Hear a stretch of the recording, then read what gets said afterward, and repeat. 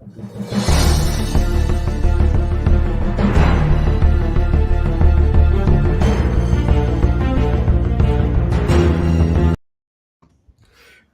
evening, Cubes of the Cash. Gary B, the Casual Comic Guy here, and we have a Saturday special for you guys. But first, before we get to that, and our esteemed and awesome guest, we're bringing back Geekspot back to YouTube. We're forcing him. He is here. Mikhail, how you doing, sir? I'm great. Thank you so much for inviting me, Gary. I truly appreciate the invite, and thanks for bringing me out of retirement. And also, for those of you who don't know, Mikhail is also local to the same place I am, Rochester, New York. I had found his YouTube channel first. Then we discovered that we didn't live but a couple miles from each other. So we got to meet up a few times. He's actually gifted me some toys, which are really cool. And we had a fast friendship from there. So, yep. Mikhail, really happy to welcome you back to YouTube. And he didn't come back for me, guys. He came back to talk toys with you. So, definitely. Our special guest, the main attraction of this evening, is Matthew and Andrew from Keep On Collecting in Australia. Gents, how are you? Morning over there for you, gents. Very good. Thank you very much for having us on, Gary, Mikhail. It's great to be here. I'm super excited. Now, guys, before we get asking them questions, I want to let everyone know that's watching on the rewind and watching live that the links for these two fine gentlemen and their channel is in the description below, and also for my co-host Mikhail. So make sure if you're watching, you sub them up, you leave a comment, give them a like, make sure it sticks. All great individuals here. So without further ado, gentlemen, give a quick introduction of yourselves and your channel for those who are watching in a rewind that have never heard of you before. Yeah, that's fair enough. Yeah. Oh, you want me to go first? Go ahead. All right. Well, a quick over. Well, we love toys, obviously. I've been collecting for never really stopped. I don't think. At least, but quite seriously, I think for the last 22 years, probably since I've met Andrew, about 2000. And this guy he's a bad influence. He's got me onto eBay, and he was the ideas man behind this channel. So. Yeah, we're non-stop. I love Masters of the Universe. It's that was my that's my go-to. But since then, I've found there's Space 1999 and just so many other toy lines that I love. Just have that passion for. So that's a quick overview of me. Yeah.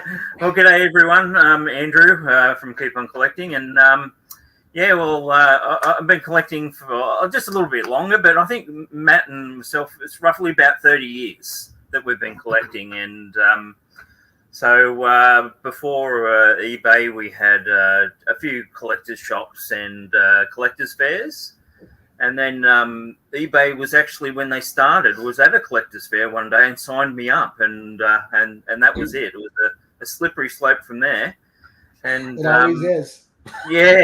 So and I unfortunately just don't collect one line. I collect everything. So from Star Wars to Batman to Jurassic Park behind us, vintage toys, modern toys, and I just love them. So I am a bad influence on Matt because we swap and trade all the time between us. And but the beauty with keep on collecting is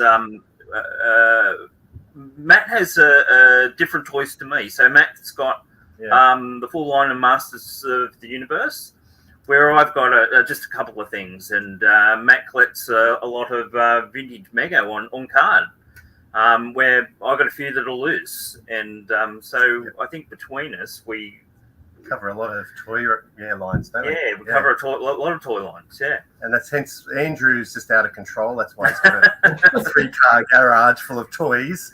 And I've had to try and restrain myself into a smaller space. So I guess Sydney, everyone knows Sydney, Australia. That's where we're in close vicinity. He's in Picton, which is about an hour away, an hour and a half away, and I'm north of Sydney on the Central Coast. So yeah, it's a few hours apart from each other, but we always manage to get together. Yeah, for a we get few together. hours, yep. Like last night, Matt stayed last night, and the toy room's a bit of a mess because I pulled out 22 Batmobiles to line up and have a chat about. Wow. And that takes a bit of time because one, they got dust all over them, and that's another story. Cleaning dust off toys is terrible. And he always pulls the whip out and starts going, "You start cleaning them, Matt. You start cleaning them." So he's a toy bully. the toy bully, yeah. So let's kind of get this. We'll get like the introductory question out of the way, the basic question. So how did you two meet, and what made you guys start this channel together? Yeah. Well, I'll do the meat part, and you can do the channel part because that was your idea. I was working in between jobs, and I was working in a video shop. Everyone remember those? Video shop, and Andrew would come in. He'd had a job there. He could finish 2-3 o'clock, and he was coming in, and we're just having a chat. And I think the friendship just built from there. Like, we had a lot in common. It started off with movies, but then started to talk about toys. Andrew told me about eBay. He told me about the Space 1999. Is it a 1 foot long, 3 foot long Mattel Eagle? Yeah, the Mattel Eagle. Yeah. And from there, we just, we're going over to each other's houses a night or a week and hanging out and talking toys, and that's how we met. It was back in the year 2000. Yeah, because we lived in the same suburb then. Oh yeah. Back then, Matt was working up at the video store. That was great. That's awesome. Yeah, free videos for a long time. Yeah, so keep on collecting idea. Oh, the keep on collecting idea. Well, that came up. Because I work for a university, and they were doing a documentary on diabetes. And anyway, the Australian local channel called the ABC. It's like the BBC in England. They did a documentary, and they came to the house, and I said, would you like to have a look at something interesting? And they came in and saw the toy room, and then actually spent 4 hours in there filming. And unfortunately, they only put like a minute on their show. And but that was all right. But I asked them, I said, could we do a series that go around, you see it on Netflix and things like that, a series where you go around and see not just collections, but extreme collections. And there's a lot in Australia, not just toys. People collect all sorts of things. And they said in the old days they would have, but now they don't. All the shows are contracted to the TV stations. And I said, because we could call it Keep On Collecting. And they said, they said that's a good name. And so once that was all done with, I said to Matt, well, let's do YouTube and call it Keep On Collecting. Yeah. And so firstly, I looked up on YouTube to see if anyone else had the name.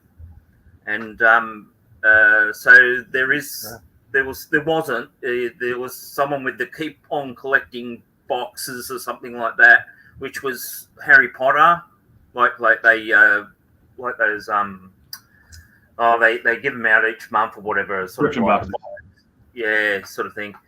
But no one had the Keep On Collecting name, and so I thought that's a good name. And we did a test many years ago. So please, whatever you do not go and watch that first video. It is atrocious. all our first videos are atrocious. It was Everybody just a test. My wife was there with an iPad, and I'm going, "Is it on? Is it on?" Like an old bloke, You have the TARDIS in the background too. Yeah. Do we all have atrocious first videos, guys? Yeah. Well, I got more than one. I got a whole string of them before I started getting any kind of idea what I was doing. It's under the playlist. Do not watch. So originally we just sort of decided to have a bit of fun. So we started doing challenges and things like that, and we sort of keep that as a bit of a theme. And so like last night we were up very late because I decided to have a challenge where we build Lego, but without the instruction book. Oh, nice. And so I take the instruction book away, and I said, Matt, okay, you got to build it just from the box art. So, and I'll tell you now, it's nearly impossible. Well, I would get about 3 Legos in and quit. It's a pretty poor attempt. You got the minifigures; they were easy. And then I said, "I will try something a little bit harder," and I'll put down a Star Wars Chicken Walker box.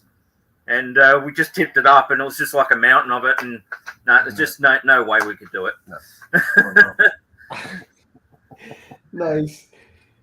So let's keep going. Because you're in Australia, I was really curious because in the States we have an embarrassment of riches of where we can get stuff. How is being collectors such as you guys? Does it come with a bit more restrictions where you are, or is everything fairly easy to get a hold of? No, it's definitely not. We've noticed, like we watch a lot of, I guess, what do you call it? What are thrift shops? Yeah, you have them over there. Yeah, you call them thrift stores. They have a name here. It depends who owns them. Vinnies. And you have a lot of, I guess, collectible shops, like from toys, comics, from the those 70s, 80s, 90s. And we watch a lot of those, and we just go, we've never seen that, or there's just no way we can get that out here. Did we even get it out here when it was released in whatever decade? Yeah. So we've noticed that we just don't have that ability to get what you guys get. Yeah, because we watch a lot of the guys doing they're going to this state in America or across to that state, and there's toy show after toy show. Garage sales and things like this. And I mean, garage sales here are very, unless you're looking them up in the paper and going, oh, there might be one there, where it's very rare. Mm-hmm. And so in the old days before eBay, it was very restricted. There was very few collector shops that had like vintage toys in them.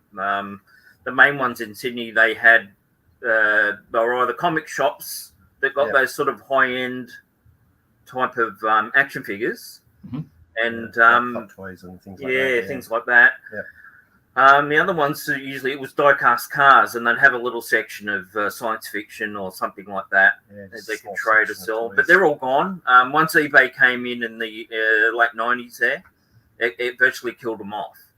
It opened it up for us, of course, because there was all these toys that we never saw in Australia that or never probably came out, and it just opened up a new world.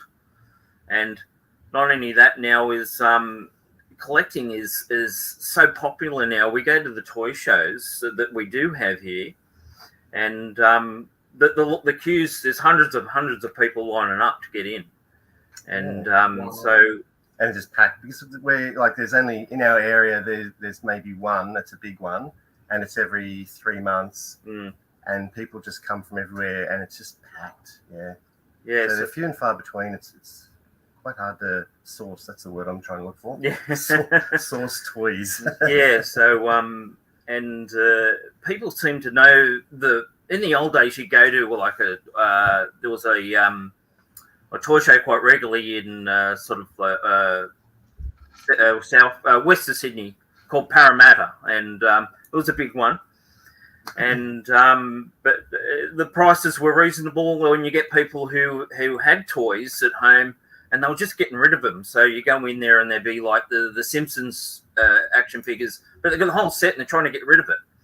And then they were good opportunities to pick them up and get them at a cheap price. And but now we go to the toy shows and people know the prices. And they just go on shot right up. Everybody's educated now on prices of everything, which makes it tough sometimes to get those deals. Yes, very tough. And it's still good to go and to see. And you do spy a cheap one now and then, a good deal, but it's getting rare. It's really hard to believe what Andrew's saying, because if you come here and check out his 3-car garage, he hasn't had too many difficulties, has he? He hasn't had too hard a time getting a hold of anything, right? But it's taken 30 years. I actually have a question.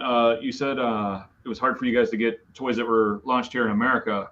One of the questions I had written down was what lines, or do you know of any lines that are exclusive strictly to your region that maybe we don't know about here? Oh, great God. That's question. a bit of a tricky one, Mikhail. Like, I'm bringing the heat, guys. I know back in, like, we're children of the 70s, and so there were lines that did only go to certain countries too, like Mego, who made quite a lot of stuff. There was a film called Disney's The Black Hole. I don't know if you're familiar with that one. It was quite... Yeah, 1979, the film's released by Disney. Black Hole. The Black Hole. And those figures, for some reason, sometimes I'd go to get more at certain countries. Mm-hmm. And Italy and Australia don't figure. And so we had a lot of those. They came out cheap back in the 70s. They're probably only like a couple of dollars. I know a couple. There's, I guess if you're looking at things that came exclusively out here, was I think we call them there's the Hasbro wrestling, the WWE or WWF. It was the final series. I think they call them the green cards. I think that was the final. They only made it out to Australia, maybe some other countries, but I don't know if they got them in America. Okay. Same as the last wave of Masters of the Universe. I don't know if they made it out here, but definitely went to Italy. I guess that's not the exact example you're after, but that didn't go to America from what I hear. I think maybe Canada and Italy. So yeah, they're the ones that pop into my mind. Yeah, there's a lot of things that only sort of came to Australia and Italy. Like I got to think the Big Jim toys back in the 70s. They were quite popular here in Australia. Jerry. And it's only sort of like Star Wars. When Star Wars came out, they sold a heap of it here as well. Oh, right.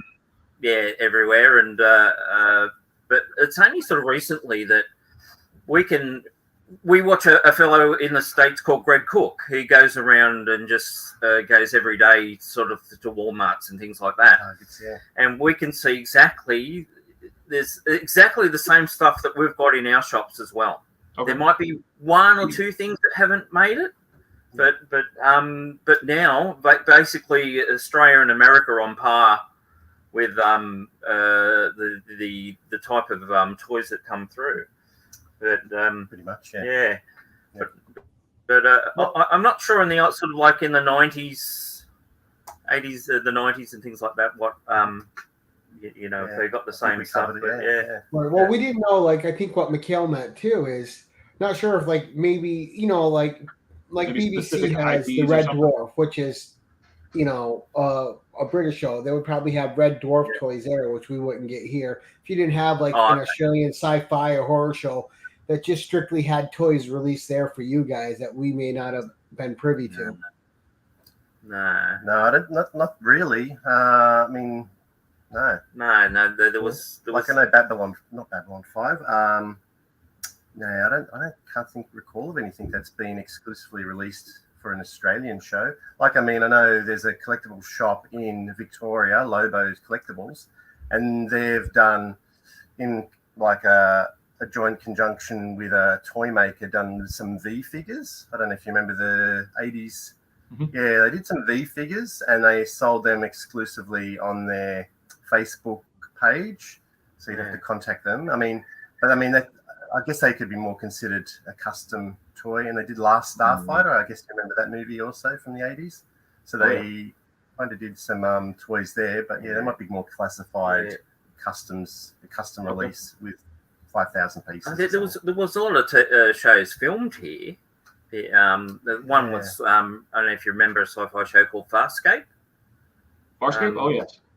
Yeah. I love Farscape. Sorry, I was making some people moderators so they could share links. Farscape. You said Farscape, right? Oh yeah. I didn't make sure I didn't mishear you. I love Farscape, and Claudia Black is still one of my all-time favorites. She was so great as Aaron's son, and man, it's too bad that that show was doing good in the ratings. The only reason they canceled it is they couldn't keep up with the budget of producing it. It was such Yeah. a great show and so ahead of its time. It was, yeah. Well, it was filmed here in Sydney. And I remember actually being on the highway once, and I looked aside, and there's a truck.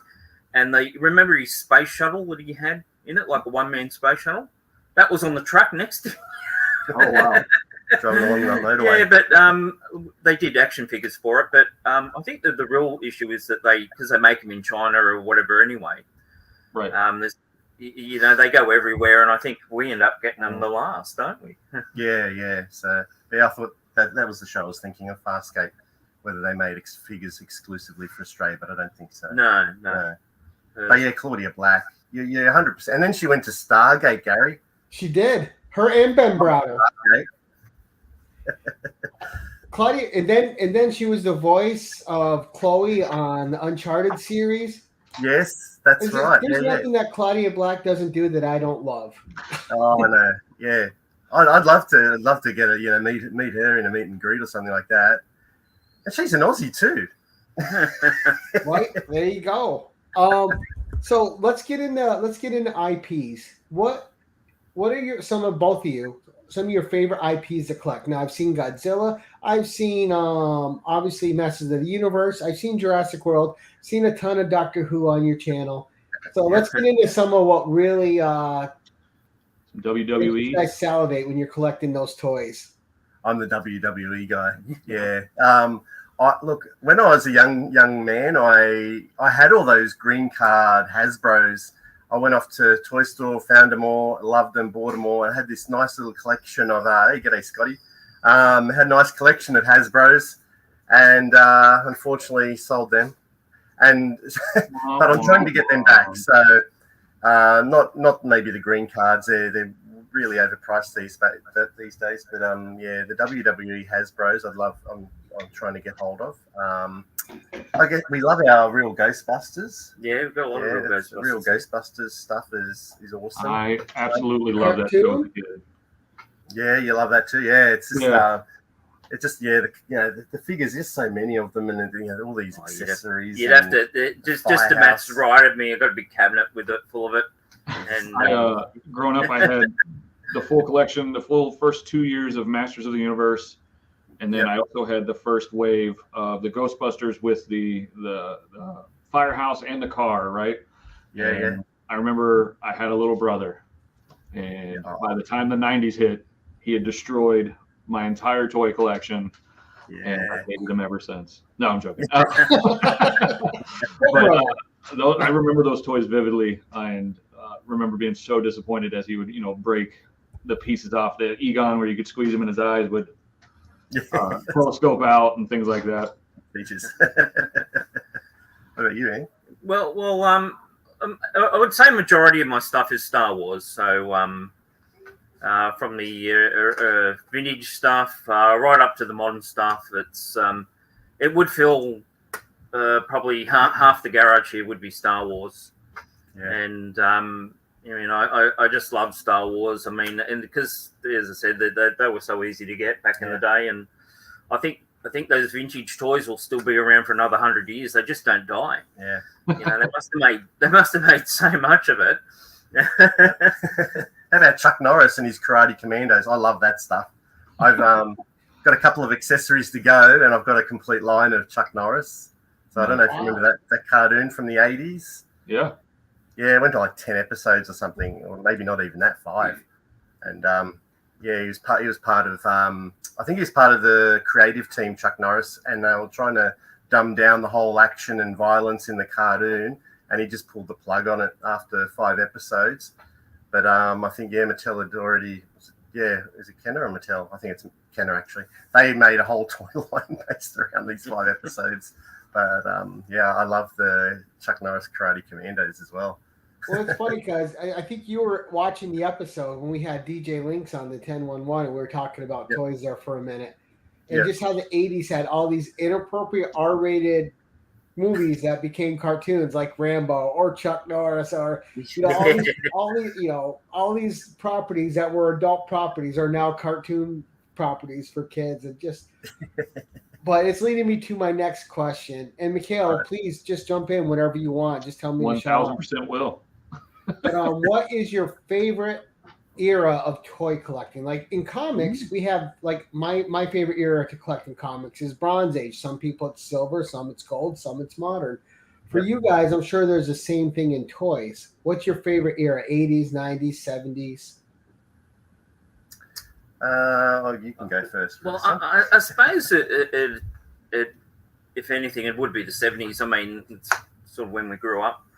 You know, I know we're old, but I suppose it's just getting back those toys that you played with as a kid, and so that we do tend to have a look, try to get as much 70s stuff and 80s.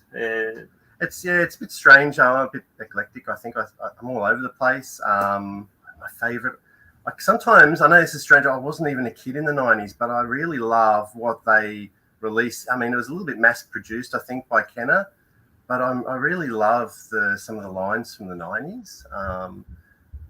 It's always Master of the Universe for me. Like I always go, and that's 80s. So I just didn't make enough. I think sometimes I just didn't make enough toys on some of these movies. So, for example, the original Ghostbusters or the Goonies, like they didn't make toys on them, and they should have. But I guess the 80s. I have a very soft spot for the 90s, but I love the 80s for me. Yeah, sorry, man. That's all right. Well, we all have those things we wanted toys for too that they never made toys of. Like one of my favorite cartoons was Thundar the Barbarian, and they never really made a toy line for Thundar. So what kind of properties did you guys have that you always wanted to see a toy for, but they never made it? Like bootleg toys don't count. No. Well, pull out a peg and put a couple of dots on it. That's mine.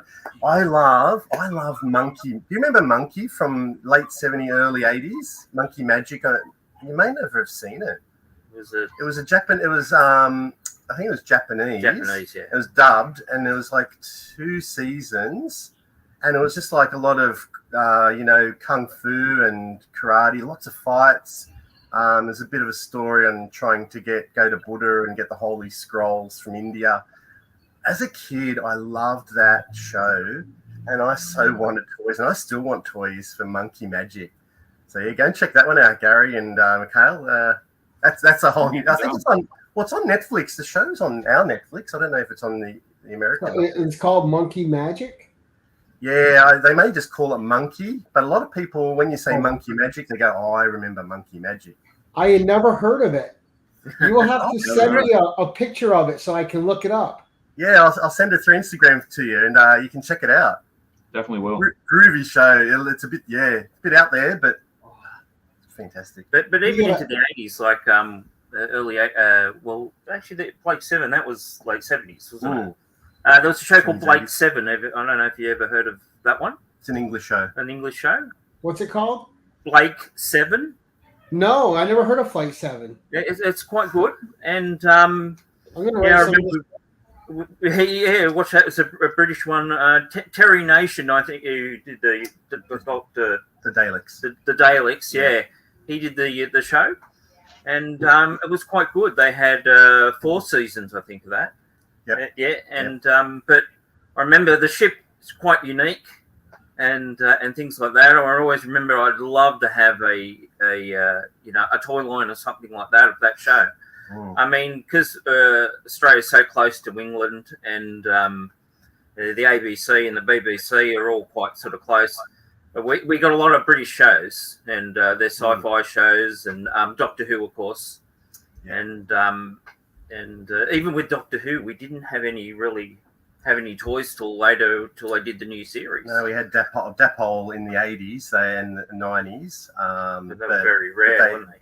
Yeah, they weren't massive, and then it wasn't until 2005 for Doctor Who. Yeah, and then they just redid sort of everything. It was really good. I'll have to have a special mention for the Goonies. I mean, even you guys know the Goonies, right? Yeah. Oh, yeah, we're big Goonies people over here. I know they do things now, but they should have done something in the 80s. They probably just didn't realize how big it was going to be. Yeah, growing up, I was a huge horror movie kid. I love my horror movies. If you watch my channel, I'm always wearing a horror themed shirt usually. So for me, growing up, I always wanted like a Freddy and a Jason, Michael Myers action figures. And back then they didn't really have anything. Now they're all over the place. But Yeah. even some old Kenner style figures back then would have meant the world to me. Yeah, I think so. Like, and Freddy was massive. Like they all were, weren't they? They made so many films in a series. It's weird that now we don't have as many films, but we have a plethora of the toys out there. Well, sometimes they'll make a series just for what they'll make off the toy rights alone. Never mind what they make. Well, and that was a product of the '80s, right? They develop a toy line and say we need to make a show. G.I. Joe was kind of a perfect example. Let's make a toy line and make a show and a comic book around it. So that was my big one in the '80s was G.I. Joe. I still have a mass amount of the vintage G.I. Joes, mint on card in some cases, but I have the collection that I had as a kid still, missing limbs and all. So and all the O-rings are busted. I've become an expert at replacing those O-rings. One of the first YouTube videos you watch, isn't it? Yeah. No, still, my wife finds them when my kids get a hold of my stuff. And I think I've still got my collection as well, hidden away in a box in the garage somewhere. To this day, one of my prized possessions, I have a custom-made G.I. Joe of me. I was in the military here in the States, and I was gifted a me G.I. Joe. So really, what size? It's the 3 3/4 inch. That was my era. I was born in the early '80s, so. You got to show us, Mikhail. Is it there handy or? It is in this case. If I can get it out without knocking everything down. Yeah. Well, that's the point. We know that pain, that's for sure. We'll make them big so when he shows you guys, you can see it. Yeah. Let me get up. I'll see if I can find it quickly. It's because I think the G.I. Joe figures were in scale with Star Wars. Right. So I think when you had the vehicles and you had all the figures together from both lines, you could really get some good play value. We're always playing with those things as kids. Yeah, because they were very similar just to the Mego ones, so from the 70s and things like that. So they're in scale. And now, were you two fans of like the Bionic Man and the Bionic Woman and Buck Rogers, those type of shows? Yep. Love Buck Rogers. Yeah, definitely. We got them here, and we got all the action figures too. Yeah, we've got the vehicles and action figures for Buck Rogers. Yeah, we loved it. Yeah. Oh, that's it. Beautiful. See if it will focus. There it goes. Yeah, that's better. It's all focused in there. Oh, that's excellent. Yeah, it's very well done. Even got my tattoos. The nameplates have my name. You must be proud of that. That's pretty good. I absolutely love it. I even have they gave me code name Ink. I don't know if that come through. For someone to do that for you, that's pretty special, man. Yeah. Wow. And then I've got my bag of accessories here. Yeah. So, got a Marine Corps coffee cup, knife, combat helmet, a cover, rifle. Yep. In my pack there. Yeah. Oh, that's brilliant. Excellent. Yeah, man. To get someone to make an action figure of you. Ours would be a bit boring, but Yeah, you can see the Jack Skellington was on the arm, and then I have a big skull there that they included. I was blown away with the amount of detail they were able to. The detail on it. Yeah, that's awesome. How many points of articulation have they given that? Just like the G.I. Joes back in the 80s? So this was the re-release that they did back around 2010. Yeah, a little sooner. Yep. Right around the time of the movies, correct. So you've got the I don't remember how many points, but I know you've got the chest swivel. A lot more. As long as the hips, which was a new innovation for them. The double jointed knee. So much better than the originals, but just a little bit. Love it. So that's excellent. Hey, Gary. Yes. Did you know that there is some Thunder figures? No, I've looked them up on eBay and never saw them. Well, this is it. They're super rare. But there was a company that made Thunder. Look, I'm not too familiar with the show, but there's Thunder, there was his lion mate and the lady with him. So they made 3 figures. Yeah, Oogla and Oogla, that's him. Yeah, and so they've made 3, and they are very hard to come by. Because I was trying to hunt them down myself, and I just couldn't find them, but they are out there. It was such a great series. And that series was super popular, but what happened with that is, I don't know if you guys know, in the 80s, when Reagan became president, then Nancy Reagan went on this thing where all shows that were cartoons had to have a positive message for kids, which is why you saw educational element. Yeah. Right, which is why you saw the after credit thing from G.I. Joe, and so it took away a lot of the creative freedom, and a lot of those shows just stopped. Disappeared. Wow. So they crushed creative freedom to force them to have a message. So you couldn't just tell your story.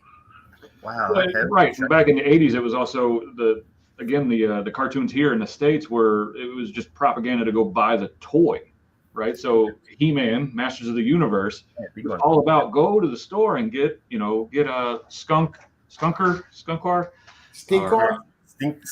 yeah. Yeah, or Hordak, or any of the others, and then of course She-Ra came around, and that was solely to sell the Barbie size to the girls, and go get She-Ra. So they viewed it as predatory to kids, and that's they stepped in and changed it here. And if you've seen Andrew's video, or it was ours, but Andrew's got the Swamp Thing. So Swamp Thing is obviously guys know the Swamp Thing, but they made an animated cartoon on that, and that's where the toys have come from that animated cartoon too. But the same, it was like we have the toys, now how are we going to promote it? Well, let's just make a cartoon. So that's how that all started too. Yeah, well, they did that with films. I mean, the last Indiana Jones, the Crystal Skull, the big cutter that was in it, they going through the forest. Yeah. Well, that was made before they even did the film. They said to him, apparently, Hasbro said, "You got to put this in the movie because we made the toy." So that whole scene of just going through the jungle was just there to sell that toy. And with the ants. and even the George Clooney Batman, was it Batman and Robin? The one with the ice? The toys are all made before the film was shot. So they just sort of incorporated in it, so there's a lot of things that they used to do like that. But and it's funny now because people avoid toy release pictures because it spoils parts of the movie. Mm-hmm. So you'll see over here in the States, people won't look at the toy releases because they don't want to know what happens in the movie, because you'll get different versions of characters, or something will get revealed of a character that's in the toy line that hasn't been announced in the trailers or in media yet. So you get Hasbro and other toy companies that actually spoil a lot of what's going to happen in the show or movies. Well, it happened a lot with the new Doctor Strange. Yeah. Sorry, I didn't mean to step on you. Right. But that happened with the new Doctor Strange movie, the Lego sets, and they revealed the box art for the Lego sets that were going to come out, and they're like, "Oh, America Chavez is going to be in this." Who knew? Yeah, because remember the Lost in Space movie? Oh yeah. Oh yes. Well, I've actually got William Hurt, that one, right? Yeah, with Dr. Smith. I got toys there that actually had where Dr. Smith, where he revealed himself, and he was that creature at the. Well, they released the toys, and to not have the spoiler, I've actually got 2 versions there. One where they had cardboard over the plastic, so not to spoil the film. Oh wow! And so I've got 2 versions there. One someone had ripped the cardboard off, and the other one with a still cardboard on it, and saying it was virtually saying it was like a spoiler. Yeah, wow. So free. Yeah, so. You guys are more considerate than our marketers here. They made by Lost in Space. Oh, I can't remember off the top of my head. I think they're just. He's left me hanging. Well, while he's away, we often do this. Like we'll be having a chat, and I'll be just talking to myself in the end. And no, it's all right. They are. He's coming back. They're the background's amazing though, so it's okay. I was going to say, is it Trendmasters? It is Trendmasters. Trendmasters. Okay, yeah. So if see there, you can see there. He's the creature. Yeah. Right. Right. So they had and this is what they. If I turn around the right way, this is what they had over the top of it. So it had a piece of cardboard, not to spoil the film. Yeah.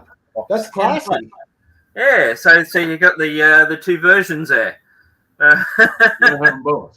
Yeah, so Of course he does. Right? So yeah, let me that was ask another you great guys, movie that had toys. Was the Lost in Space film? They had action figures and vehicles, and yeah, that was a good one to collect. That one.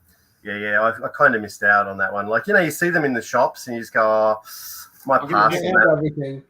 Yeah, well, that's exactly right, Gary. We've said that before. You can't get everything. Like, you want to get all comics and toys, and I'm kind of like, I want the toys and some comics, and you just got to make a decision, don't you? Oh, right. Something's got to get left. So let me ask you guys: when you guys are buying toys and collecting toys, how do you decide what you keep in the blister packs or the original packaging and what you remove? Ooh, Well, that's Gary's tough question. yeah. Well, I think this is for myself. If I start a toy line, even if it's an old one, and they're loose, I tend to try hunt them loose. Because say you get a set, whatever you get, say you get 6 figures that are loose, and then you've got to buy one that's on card. The hardest thing is removing that one off card because you spend a bit more money. So you either get them on card or you get them loose. And I mean, with Star Wars, I originally with the 90s ones when they brought them back out. I took them all off, and because I was living at home and with parents, and I got them in a cabinet there.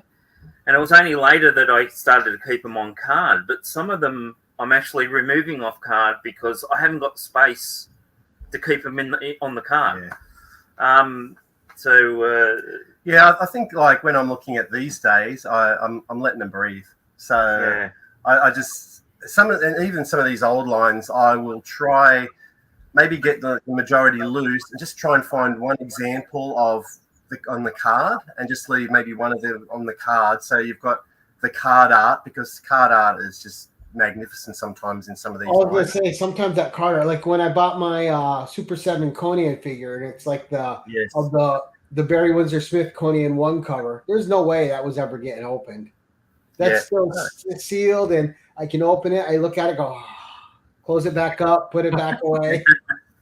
Well, that's why I love those slip covers too for some of the more modern toys, so you can see it without having to open it. And like, it was a big deal for me when I invited Mikhail on a Savage Saturday, and I opened up the 112.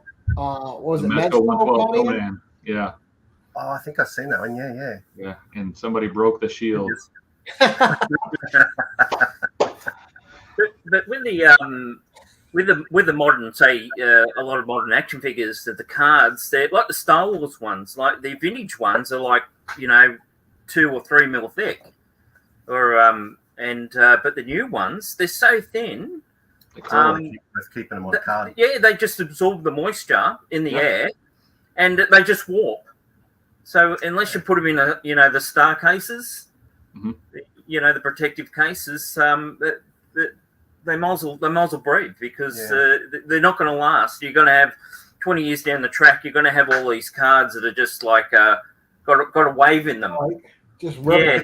Yeah, like a ripple, and then things like that. So I like the way Nika, is that how you pronounce it, Nika?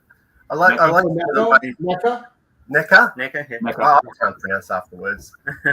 Illiterate, but I like the way they do some of their toys. So recently got the They Live, with the Roddy Piper. Yeah, I've got that. I love They Live. Yeah, They Live, and the thing. Yeah, and they just open, and like even if you decided to pull them out, you could pull the figure out, display it, but then you could keep the pack and later on put it back in and display. Oh yes. Yeah, is that the one with the flamethrower? Yes, flamethrower one.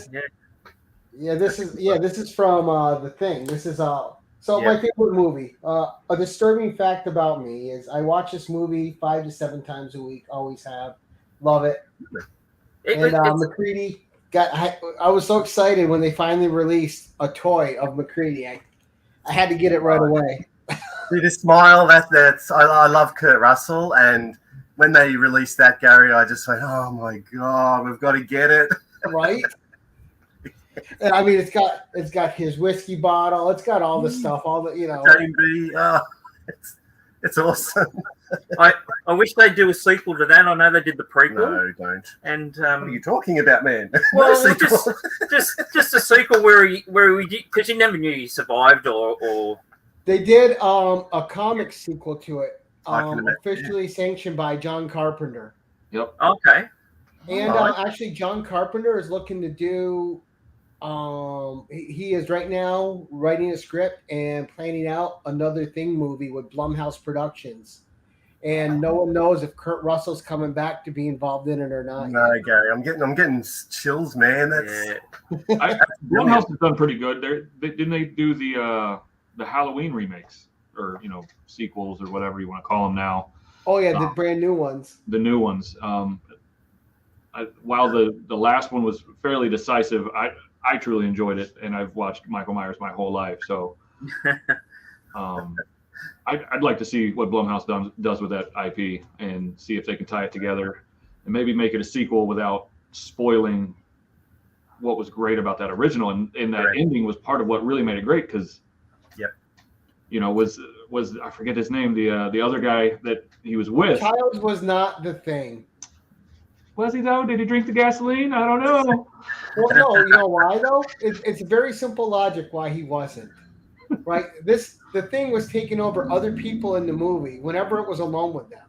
Mm-hmm. There was nothing to stop it from taking over McCready at that point. Yeah. If it wanted to, he was there for the taking, with nothing he could do about it. That's true. Or was there it? you go. It was, and the brilliance of that movie is there's no bad guy. Everything, even the creature in that movie, they're just trying to survive. Right. The biggest bad guy is the element. Yeah, the snow. That's right, yeah. It's more about people's personalities and how they would react in those situations. So Right. Yeah. But we're not here to talk film. I'm if I can't mention the Thing, I'll go off on so many tangents. you can talk forever about these things. Now, one of the most impressive collections I saw from you guys is the amount of doctors you have from Doctor Who.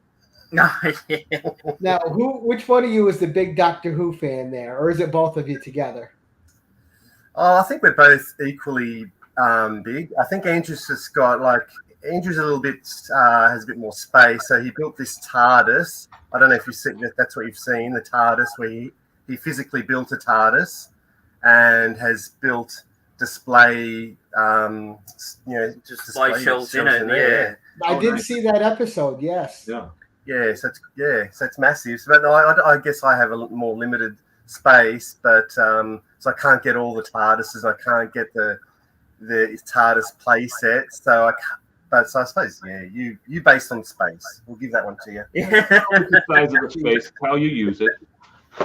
But that's knowledgeable on the show. He's very knowledgeable on the actual episodes and the names of the actors and things like that. So it sort of ties in well between us on Doctor Who, because Doctor Who was so big here in Australia, and in fact in the 80s, the ABC actually funded Doctor Who in England because it was they were actually going to stop the series. Oh, wow. And so it was that big in Australia. The ABC sent the BBC money to keep it going. Wow. And so we've grown up as kids as watching Doctor Who, and we still love it. Who's your favorite Doctor? Mine's Eccleston. So even though he was only one season. Yeah, what a shame. No, a shame as in he just did one season because he was a really good Doctor. Eccleston. Yeah. Him and Piper, that was my favorite combo. Well, yeah, same as Rose, yeah. I meant Rose. Sorry, Billy Piper. Billy Piper. Yeah. She was brilliant, yeah. I like Peter Davison. That's basically the Doctor I grew up on. So, yeah, and he just did a few seasons as well. No one really likes him, but... Well, see, I like Pertwee, and he was the third Doctor. And I think because he sort of modelled himself off sort of like James Bond in the time. And That's why he did karate chops and things like that. And not only that, is the vehicles. He had Bessie, the car, and he had the Hummerbill, which was sort of like this futuristic, slope-looking vehicle with wings, and it actually flew, didn't it? I don't know. It actually. I didn't really watch too much Tom Pertwee. Oh, okay, and they had these sort of more vehicles and things like that, and I found that really sort of engaging as a kid, even though that was filmed before us, sort of thing. And but they played them on repeats here in the ABC constantly. Well, I think that's why Andrew says that appealed to you. I think what appealed to me was because I loved cricket at the time, so I was deep into sports, and Peter Davison wore cricket gear, so that was, which is you guys don't play a lot of cricket over there in the States, but it's pretty huge over here in Australia, cricket. So that appealed to me at the time in the 80s. The pitching in that's insane. Was it so, Gary? I said the pitching in cricket's insane. The bowling. Is that what they call the pitching? They call it the bowling when they're going. Bowling. Bowling. Yeah. Okay. Yeah. So you couldn't imagine that. Like if they actually pitched it like a baseball player, they'd probably kill the person sitting there waiting for the ball. Well, we did have one die. Recently, Couple of years ago, they bowled it. How fast they? Oh, look, they're probably about 100 kilometres. I'm not sure how much miles that is. That's about 180. No, how much miles is that? 100 kilometres. I don't know. 50 mile, isn't it? 50 mile an hour or whatever. Miles, anyway, it hit his carotid artery. Ooh. And he was dead by the time he hit the ground. It just because it's a solid ball. I mean, like a baseball. And I think baseball will actually be softer. Cricket ball's really hard, and it cracked him right there, and that was it. It was just a fluke, a fluke accident, unfortunately. But there's been quite a few deaths in baseball from people getting hit, especially in the head, things like that. But the cricket ball is way more dense than a baseball. Baseball is actually yarn and rubber on the inside, correct, with cowhide on the outside. But I couldn't imagine a cricket ball. A lot of the helmets have changed over the years. I guess I've seen some in baseball change as well. So to protect those areas. That's why we collect toys and they play sport. It's too dangerous. I just got fat, so I had to stop. So let me ask you guys. We'll get back on toys here. Again, sorry. And I know Mikhail can speak to this on two fronts because he collects toys and he collects comics. But space is always an issue. How do you guys manage how you display the toys and the collecting space that you have them in? Wow. You buy more storage space. I think over the last couple of years, I've been able to go up. So I had some low standing shelves. So I've been able to build on top of those. I've got a little bit of room where I can get another glass case in there to put some more valued toys. So I have a little bit of wiggle room in my toy room. But after that, I'm really going to have to be a bit more sensible. You just buy a bigger house. That's all you do. Oh, bigger house. That's what he did. I know for me, I have 4 display cases back here, and that's where I typically put whatever I'm the most into currently. I try to display. So one of our community members built me the Rocketeer helmet, which is one of my favorite Disney movies of all time. Poke Joe. Poke Joe. If you guys never checked them out. So of course I have to display something that epic. And you see I've got a few Rocketeer figures there. But so as I've been watching, I'm trying to get my bearings here. Anime, this is one My Hero Academia. And I finished it, and I've got a couple of statues and figures, and then I've started One Piece finally, and so now on the far side, I'm starting to collect some One Piece figures and statues, and eventually I'll probably swap them or put the My Hero away. So I keep most of mine in Rubbermaid totes, unless I'm going to display it properly. I've heard that, Mikhail. I've been watching a few videos, and people are saying I've got to move things around. So, some people are a bit extreme and they sell that collection and put something in its space, which I just couldn't do. But a lot of people just obviously are sensible and, we're going to move this on and now display something else. I've heard a lot of that lately, so it's a good idea. Yeah. I mean, I have some collections. My G.I. Joe collection, I basically just keep packed away because I don't want to risk breaking anything. Yeah. Especially the vehicles, the plastic on those G.I. Joe vehicles from the 80s gets really brittle as they age. Correct. Yeah. But break easy. Yeah, but I do have some on display. I've been collecting the 6-inch figure line for the G.I. Joes as they've been the declassified series as they've come out. So I've dug some out to match. I've got Destro with the 3 3/4-inch Destro, and I try to put the minier figure with the big 6-inch figure as well. I've seen that. Yeah, that's good. But I only allow myself to keep so many out at one time. Yeah, you don't want it to become a bit of a cluttered mess. Yeah, I hate to move into a fired on the show. You just buy more shelves. That's all you do. Is just buy more shelves and hate stacking them on there. So you can't see in the video, but I've got comic boxes lined behind me because that's the one thing that's eating the most room right now. I cannot have enough storage space for all the comics. You're trying to do the tube, and you just you're running out of space quicker. So like you said, like cleaning those has got to be a nightmare. Just like dusting them off, and like I stress out about the Conan and Red Sonja figures I have on my desk here. Yeah. And I'm like, man, I don't want the hair to get dirty. I don't want the fur thing that he's got on to get dirty. But that's with 2. I can't imagine having to keep all that dust free. What a nightmare. Yeah, it's a bit of a nightmare. So every now and then you got to have a bit of a cleaning day. Yeah. And just, get a bit of a feather duster and just just slowly go through each individual figure. You can't. It's really hard. It's the worst. That's the worst job.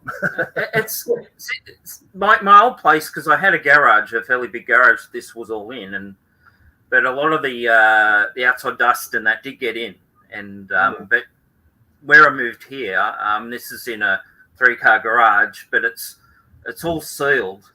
So there's an entrance way to go straight into the house here, and so the dust isn't too bad. In fact, like the Batmobiles, a lot of that I hadn't cleaned since I moved, and so I got them all out and cleaned them off to do the video, and so it's actually not too bad down here. I mean, I think when I moved here about 4 or 5 years ago, we had a big dust storm in Australia that swept across the country, and because inland Australia is just all desert. And it did get in, and I had to spend a lot of time sort of cleaning in here. But I've sealed everything off now, the doors and around the doors to the garage here and things like that. And so no dust and weather can get in. No children. The guys are having a good time here in the chat. Yeah, they are. So let me ask you guys too. When we were kids, man, we all had that grill toy we wanted that we bugged our parents for. For me, I don't know how you guys say it. It was the AT or the AT-AT, and I got it for Christmas. I'm like, look, I don't care if I don't get anything else. I just want the AT-AT so I can play with it. And what was the grill toy when you guys were a kid that you each just bothered your parents for relentlessly? The one grill toy that was just your top. Did we, as in, we got it, or we still want it? You got it. The one grill toy you bothered your parents for, and also got. Ooh. I'm with you, Gary. Man, mine was Millennium Falcon. I wanted that Millennium another Falcon. Good pick. And I remember my dad. He worked extra hours and. He got off in his train trip home. He had like a 2-hour train trip home, but he stopped, got off, and to get it from this toy shop. And I think at that stage I knew there was about Santa Claus. We've got no children watching, have we? And I got that at Christmas, and I didn't care. I can't even remember what else I got Christmas that year. Right. Sorry, Mum, Dad. Yeah, it was basically about the same time, the Millennium Falcon. We get a lot of junk mail, and we used to circle circle it around about Christmas time. Oh, what did you want? Yeah. Oh, I want that one. Oh, And, yeah. I remember that. but back Kids in the these days had no catalogs. yeah, but back in the 70s, 80s, toys were really expensive here in Australia. They were really dear, and the wages weren't that high. So you did only get sort of like if it was one thing for Christmas, but so they generally made it a bigger thing. Yeah. Yeah, we used to because with the toys, you used to get the little catalogs, and I remember you'd see the at and you go, oh gosh, I want that one, but I don't think we actually ever. I don't think we actually remember seeing it in the toy stores out here.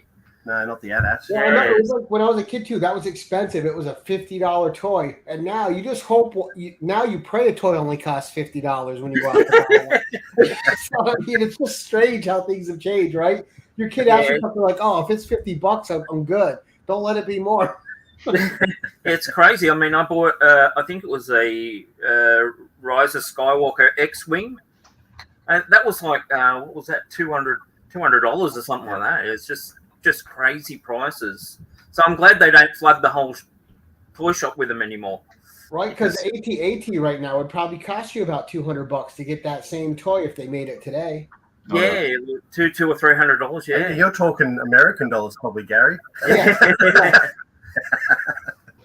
Yeah, so for me, I'll break the mold here. Mine was not a Star Wars toy. It was the Terror Dome for G.I. Joe. Wow. Terror Dome. What was the Terror Dome? It was the Cobra base of operation. Yeah, it was that round command. Right. Command, Yeah. yes, I remember seeing it. Yeah. So of course I wanted the USS Flag, but that was not something I ever got. But Block your ears. I think that haunted a lot of kids. But Terror Dome was one I did get. In the last sort of like 10 years, we'd see it in on because of YouTube and things like that, and you see it in these people's collections, and you just go, "I want one of those." You got to carry a box of tissues all the time. Well, let's keep on this track though. What's the one toy that's evaded both of you? Eternia. Oh, good one, yeah. Apple Grayskull? No, just kidding. No, Eternia. That's the big Grail piece. I think it's still attainable. I do have a contact in here in Australia who has contacts in America who can get. It's up to me whether I want a complete loose or complete in box. So I've just got to, but it's a big, just a big ask funds wise. So maybe in my retirement years. Yeah. Actually, for me, it's a newer toy, but it was Jabba's sail barge from the HasLab, and they just the store here couldn't obtain it. They tried to negotiate with HasLab and they couldn't get them, and just obviously I think now they probably go for to get one out here. I'm looking at like $4,000 Australian. Just to get because the postage is just horrendous. You can't sell some of Matthew's toys to get that. Pardon? I said you can't sell some of Matthew's toys to get that. Yeah. I'm out of here. You got to think outside the box, Andrew. Yeah. So I'm just hoping that they re-release it, but looks like they tend not to.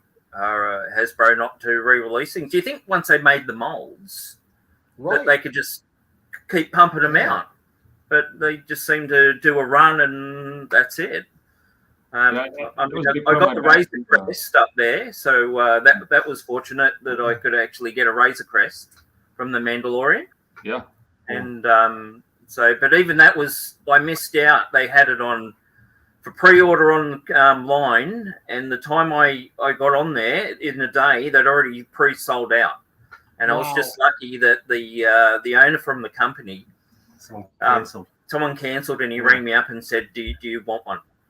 And so I was lucky there. But some poor sucker went home to his missus and he got caned, so he had to cancel the order. So Andrew could jump in and get it. You're paying how much for what? Yeah, that's right. It was me. Joking. Gotta live another day, right? Yeah, so between us, there's a couple of Holy Grail large play sets we'd love to get, but Yeah, one day maybe. One day, yeah. But the problem is they just keep going up and up in the in price. It's nothing goes down these days. All this nostalgia stuff. I mean, our generations are just. I mean, I'm going to be 52 in less than a month here. Yes, I can get stuff I couldn't get before, but stuff is just outrageous now. And sometimes it immediately comes out and starts skyrocketing in price, or it's skyrocketing before it's even released. Like I was lucky when I got my Mezco Conan because our local LCS got it, and I think Mikhail got one and I got one. We each got them. He bought two, and we bought each of them. But we got them really cheap online. Before it was even released, it was selling for over a couple $100, which was almost triple what it was the release of it. But we have a good LCS, and we're lucky he was just selling them at retail. Yeah. Do you think there's going to be a point where, obviously we're all at a certain age, and we're getting things back from our childhood. But do you think like there's going to be a certain period where it's just going to go down?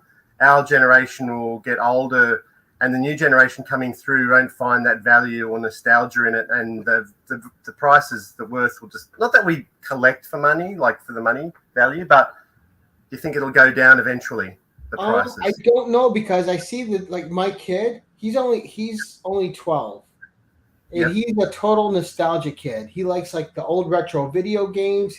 He likes the old toys. He likes, he's big into electronics, but everything else he likes is nostalgic. Like he likes 80s Transformers and stuff like that. And so he likes old stuff. Yeah. I think it's always going to be around. There's a magic to those eras that can't be replaced. But I do think some of those IPs, I was going through y'all's videos, and you had bought, what was it? It was the Cyclops from the, oh my gosh. The Kraken? The Kraken, the Kraken. Yeah. Oh, from Clash of the Titans. From Clash of the Titans. And, I think I loved Clash of the Titans, but you talk to some younger people now, and they're going to be like, what? Yeah. Why? So I think, Star Wars is going to be around and forever, I think, at this point. I don't know if we can ever get rid of it, even if people wanted to. Jurassic Park is going to be around forever. Another one, yeah. But it's funny you should say that, because my son the other day, my son the other day he started talking about Star Wars, because he was around that, the prequels, like the figures around 2002, and he goes, "Where are all those figures, Dad?" And I went, "Oh, they're under the stairs in a box." And he goes, "Let's pull them out and go through them." And then he started going, I remember when. And that's that whole nostalgic feeling, right? I remember. And so all of a sudden, these Star Wars figures that he hasn't looked at for 10 years, maybe more, he wants me to pull them out and bag them and let's re-look at them. So, I think you probably hit the nail on the head here, guys. Yeah. That's why toys from the 90s will go right up in value, because these people who were born in the 90s, and unfortunately for them, they didn't make a lot of toys in the 90s because of the popularity of video games. So you look at toy lines like Waterworld, and they didn't make a big load of those sort of toys. And so there's sort of like those, if they sort of grew up in the 90s and saw these movies or cartoons and things like that, to chase those toys around now, they're getting really expensive. So. Yeah. Sorry, Mikhail. I think I cut you off there. Did we? I've already forgotten it, so we'll just. Sorry. You're totally fine, buddy. But I think some of those IPs are going to be around forever. But I do think it's gonna change, and things that are maybe super hot right now are going to go down. Something new, the Street Sharks from the '90s might skyrocket out of nowhere. Which is a cartoon here in the States. I don't know if you guys had that one, but. Yep. Yeah, But look at Gargoyles, the cartoon Gargoyles from the 90s, and look at those action figures. If you look them up on eBay, they go for hundreds of dollars each. It's just crazy. Yeah, the new ones that they're producing too are so great. I think NECA's putting those out as well. What's that? I'll just say hi to Brian. But they've released like a Goliath and a dark Goliath in a bigger scale with much more articulation, and I think those are going to be phenomenal moving forward. Yeah, I was lucky to at a toy show, someone had a basket, like a closed basket with about 10 or 12 of them in there. Oh. And I just grabbed it, and I got them cheap. And then, but when I looked up and I go, well, they haven't got accessories. I looked it up and I go, no way, there's no one selling accessories. There was a castle for the toy line. There's not one on eBay in the world. Wow. Yeah, and so the chances of getting that will be very, very slim. It'll give him something to do. Yeah. Something else to spend your money on. and the simple is that in the 70s, in the 80s with the Star Wars, they made billions of Star Wars figures. And then you go into the 90s and they must have reduced the amount of production of amount, and which makes it very hard to chase around and collect. Mm-hmm. Yeah, getting harder. And it's tough too today because I think with the access we have, that I think you would think it would be the opposite. That if we didn't have access, the prices would rise. But I think having access and everyone in the world being able to search out toys that they want through the internet worldwide, I think that actually has a reverse effect and actually drives prices up because now you got people competing for toys that they have memories of, and everyone has access now. Like you pull something out and you can research it online and actually see what people are willing to pay for it. Whereas someone in a garage sale back in the day, oh, you know what, give me $10, here's the bin. That's right. Yeah. Oh, 100%. I'm trying to find those deals, I'm trying to say. Those deals today are almost impossible. Yeah. Mm-hmm. You just can't find anything for a good deal. Although in saying that, I did find a couple of things for $10 on eBay. I think it might, and they were pretty good. So I'm pretty happy. Yeah. Every now and then you come across something that's a good price and you snaffle up. But... So that's why I'm enjoying my local thrift shop because for some reason I'm still getting a lot of 80s action figures come through. Mm-hmm. Which is just amazing. I picked up a load there. One was a wrestler, Hasbro wrestler, a police academy figure that was mint. Really, police academy? Wow, police academy, and I'm going. I don't even remember him having them sold here in Australia. I've never seen them here. That's so random. Yeah, and it's and I'm finding this thing and I'm going, oh my god, and same with Jurassic Park, starting to get them come through now, like the first series. Mm-hmm. So when I see them, I snaffle them up because they do go for quite a bit on eBay. Yeah. You just got to be in the right place, the right time. I think half the time. Yeah. But they're a good source of chasing things up, those thrift shops. With your it's been in the back of my mind here, Gary. With your Red Sonja figure, is that like an image of Bridget Nelson or this? No. This, you talk about this? Yeah. This is I forgot the name of the company. Mikhail probably knows it better than I do. Yeah. I don't remember it. That's the one I showed you though? Yes. They have a death dealer too. Yeah. But not the Bridget Nielsen. No. But this is a weird one because it's jointed. It's highly posable. It's got all the joints are hidden behind joint. this like rubbery skin. It's got so it's got an armature or something, has it? Yeah, just so like like a stop motion figure. It's got all armature underneath, so it's completely highly posable in so many different positions, and it's really cool. But I've never felt a figure like this. Like you can see, it's squishy. Yeah, it's got rubber legs and skin. But all the armature is underneath it, and it's just really cool because it's just super highly posable, and it's great. Yeah, there's one I'm hunting now. It's a bendable Red Sonja figure that came out at Walmart, which I want to grab. Okay. Oh, Red Sonja's cool, man. I love Red Sonja. Gary, how'd you get the bikini back on her?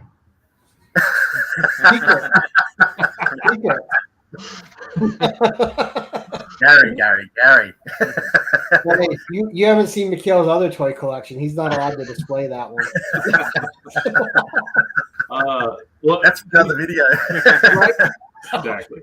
Let me get you guys large again here. So, well, we're joking around, but let's get. I do want to ask you guys, you guys have really formed some good friendships with like Scott Crusher and a couple of these other toy communities, like we do in the comics world. You know, Yeah. like Mikhail and I met through our comic channels.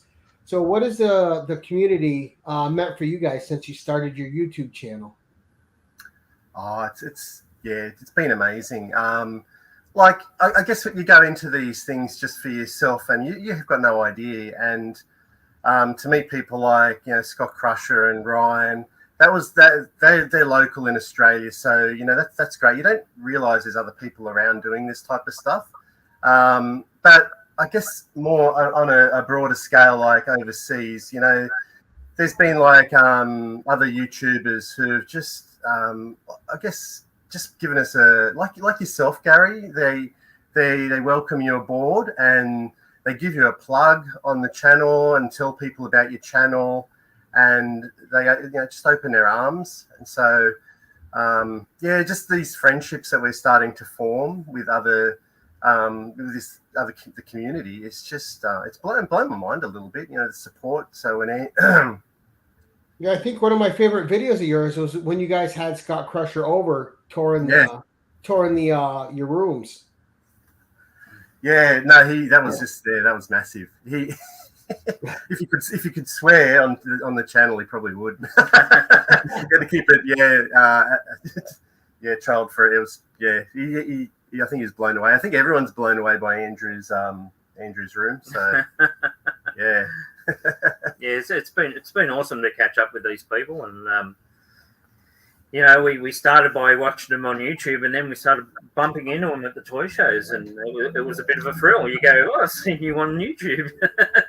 Yeah, it's really good. So and when Andrew went down, there was a lot of support for Andrew as well. Like people were just reaching out, just looking after, is he okay, and wish him all the best. And just you don't expect that type of stuff from people. You don't ask for it, and they're just it's great to see. Yeah, I mean, that's why I love your and grow together initiative too, Gary. Like it just brings a lot of people together. So hopefully, I mean that's the goal. So it's nice when it happens. It's a great goal. Right. It's. I know, and that's the big thing, right? All of us supporting each other just helps the community more. Like there's enough cutthroat stuff that happens in real life. Like this for me, I don't know if it's the same for you guys. Coming to YouTube's an escape, and it's a hobby now for me. And this is where I come to relax. Like before, and I would have never got on here except I wanted to learn about YouTube for my kid because he, our generation, we grew up where getting cable television was the big deal, and we grew up watching cable TV. Our kids' generation, everything's about YouTube. But I wanted to know the ins and outs of YouTube in case he ever wanted to start a channel. So I started one, going, all right, I'll do this for a month. I'll get 5 views, but at least I'll understand what it's about. Here I am, probably 2 years later, still going. Yeah. And but you make friendships, and you realize there's a lot of good people on here. And like, I would have never dreamt a couple of years ago I'd be talking to a couple of gents from Australia and just having a great time, 100%. I never would have thought that I'd be talking to people in the States or any other country for that matter about toys. It's just, that's what's so mind-blowing about it all. It's opened up a whole new world. It's awesome. Even this guy, this comment here, Treasures for Trigger, he's a New Zealander living in Japan. So that's an amazing mix. That one. Well, it's great because I've got friends I've made all over. Like one of the people I talk to most on YouTube is in Austria. Wow. Yeah. We connected over, Conan the Barbarian and our love of Robert E. Howard's writing, and but in your everyday life, because we come to YouTube, and I think Mikhail agrees, we have it a little bit better where Mikhail and I live, because there's other people in our community that we can talk to about this hobby we like. But a lot of people that collect comics that we know don't have anyone in their life to talk to about what they read or what they did. Was it like that for you guys in your toy world, where you guys would go outside the house, but you didn't really have that friend you could talk to about toys that got it on your level? No, because it usually it was sort of like something you kept to yourself, really. It's and then we occasionally you might run into someone else who was hunting in a toy store, and you might like a random person you might bump in and talk to. But it wasn't until I actually met Matt that sort of and made that friendship that I found someone I actually could talk to about collecting toys. My brother was never into it. It was into cars and all that sort of thing. So we never connected sort of there on that level. And yep. And that's, I think, speaking to Scott as well, Scott's a little bit the same. Like before he met us, I guess I'm speaking for Scott and I probably shouldn't, but it's very similar to Scott. It was just something he didn't know anybody, so he couldn't really share. And the same as myself. So to find someone else that you can just share with, send a message to, and help. And it's also having an extra set of eyes to try and help you with your collection as well. So, and it enhances the hobby. It makes it more fun. It does. Yeah. And I know, like, Mikhail's found stuff that I didn't know was out there that all of a sudden I was able to get through him. Yep. And, like you said, where they make the connections, they'll give you, hey, I found this. Is this something? And all right, I'll be right there, or whatever it is. Ironically, like I said, I served in the military, and just this last week, somebody I served with that I hadn't talked to in years reached out to me and was asking me about comic collecting because he knew I had my channel and he's kept track of that. And then I found out the person that kind of got him into this has one of the largest Star Wars collections in the States. Wow. So watching your guys' videos, I was telling him, like, oh, I'm going to be talking to these guys in Australia. And, I was like seeing the connections. I was like, wow, like how crazy is it that, it's such a small community, but it's so vast at the same time, right? Like, growing up, I never told people I collected comics. I was a jock, and I played sport, and it was kind of the dirty secret that nobody needed to know about. And now, that's right. Is that on the internet for free? But you're 100% right. It's you kind of, it's just an inner thing, and to be able to share it with someone, it just brightens your day. And have one of your best mates here sitting next to you as well, who you can just chat on a daily basis about toys. It means a lot. I'm sure your wives love it too. Yeah. And you guys said you've been collecting together for 30 years. Was that it? 20. 20? About 20, 22. What's that? How long we hang out together? Oh yeah, it's 2000. I got 2000, retrenched from a job, and that's when I was in that video shop job. Met Andrew, so it's about year 2000. So 22 years now. Yeah. That's the year I graduated high school. So, and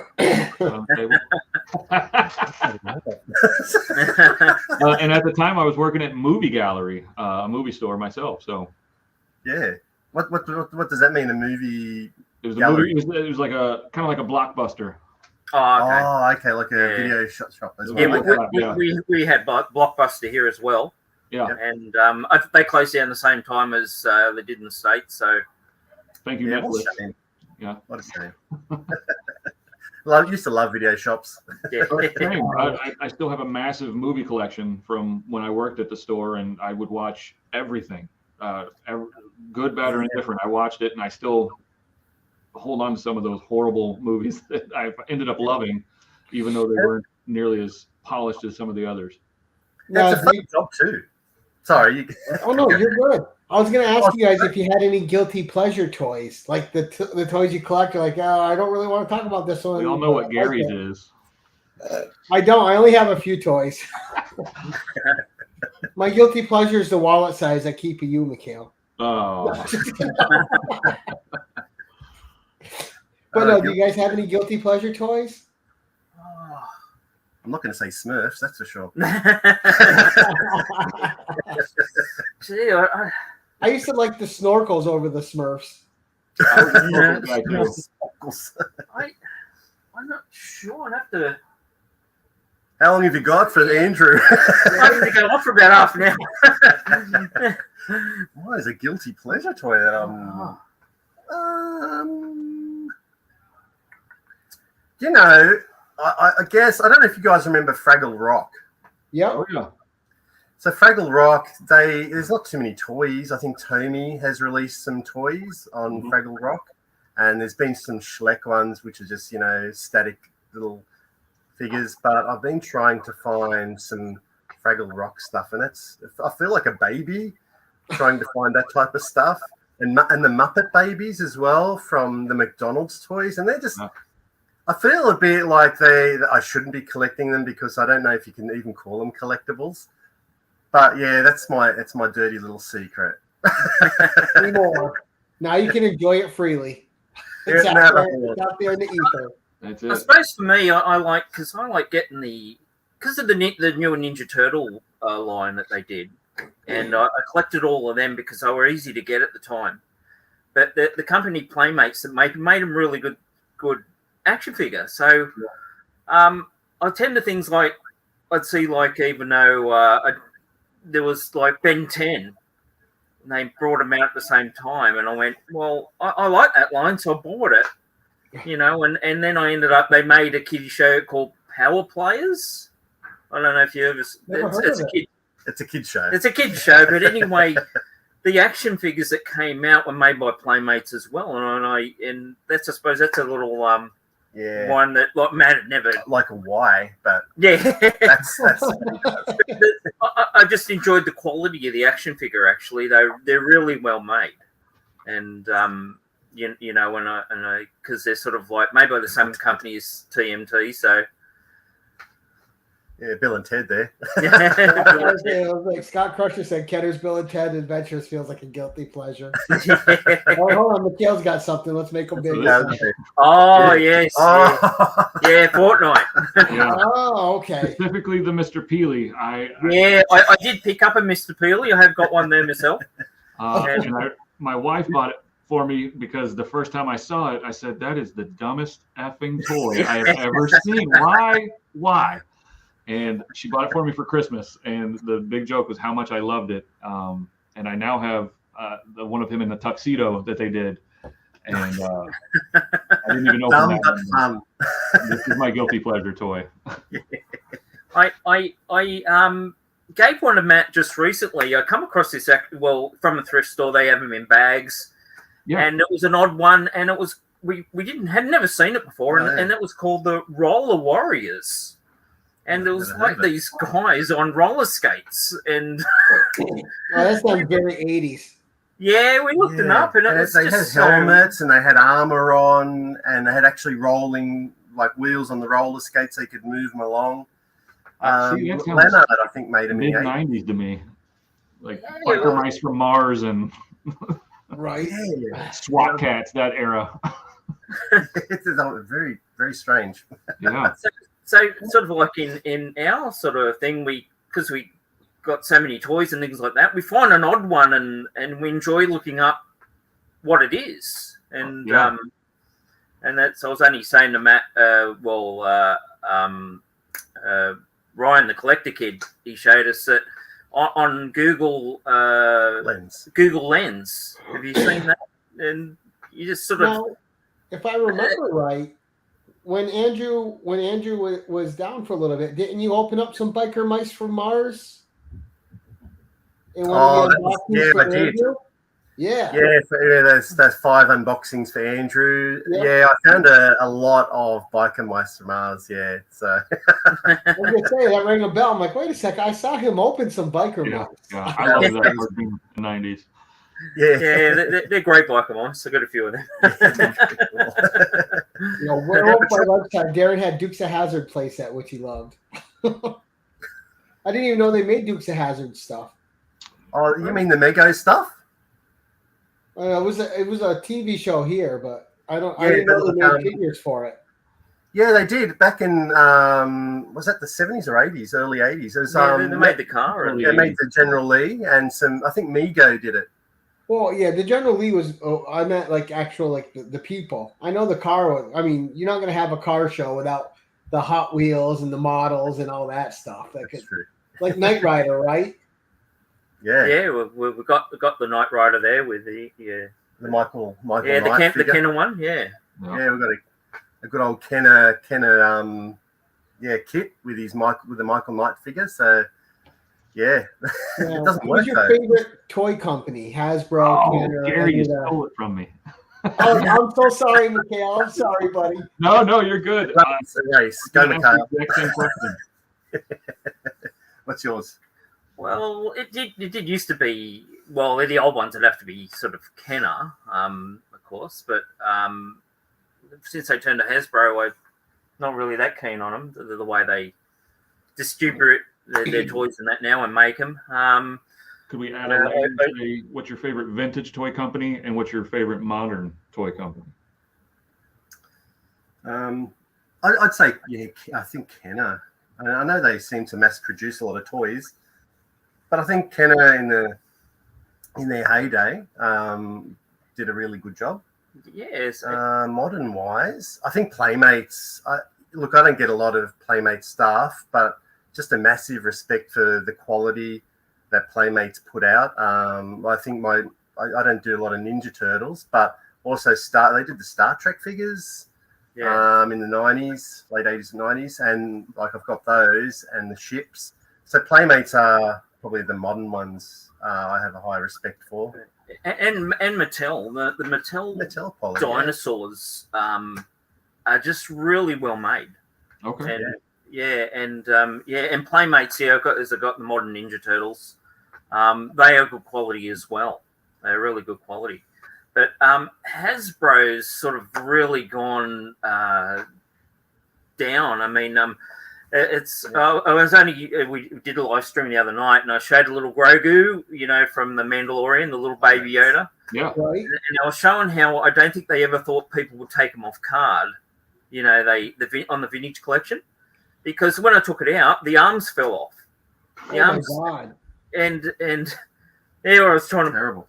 put these little arms in and things like that. And I think, well, a lot of the time, I think they put out these action figures on these vintage cards, thinking they'll never take them off the card, and they'll never play with them. Right. So let's have the quality a bit less.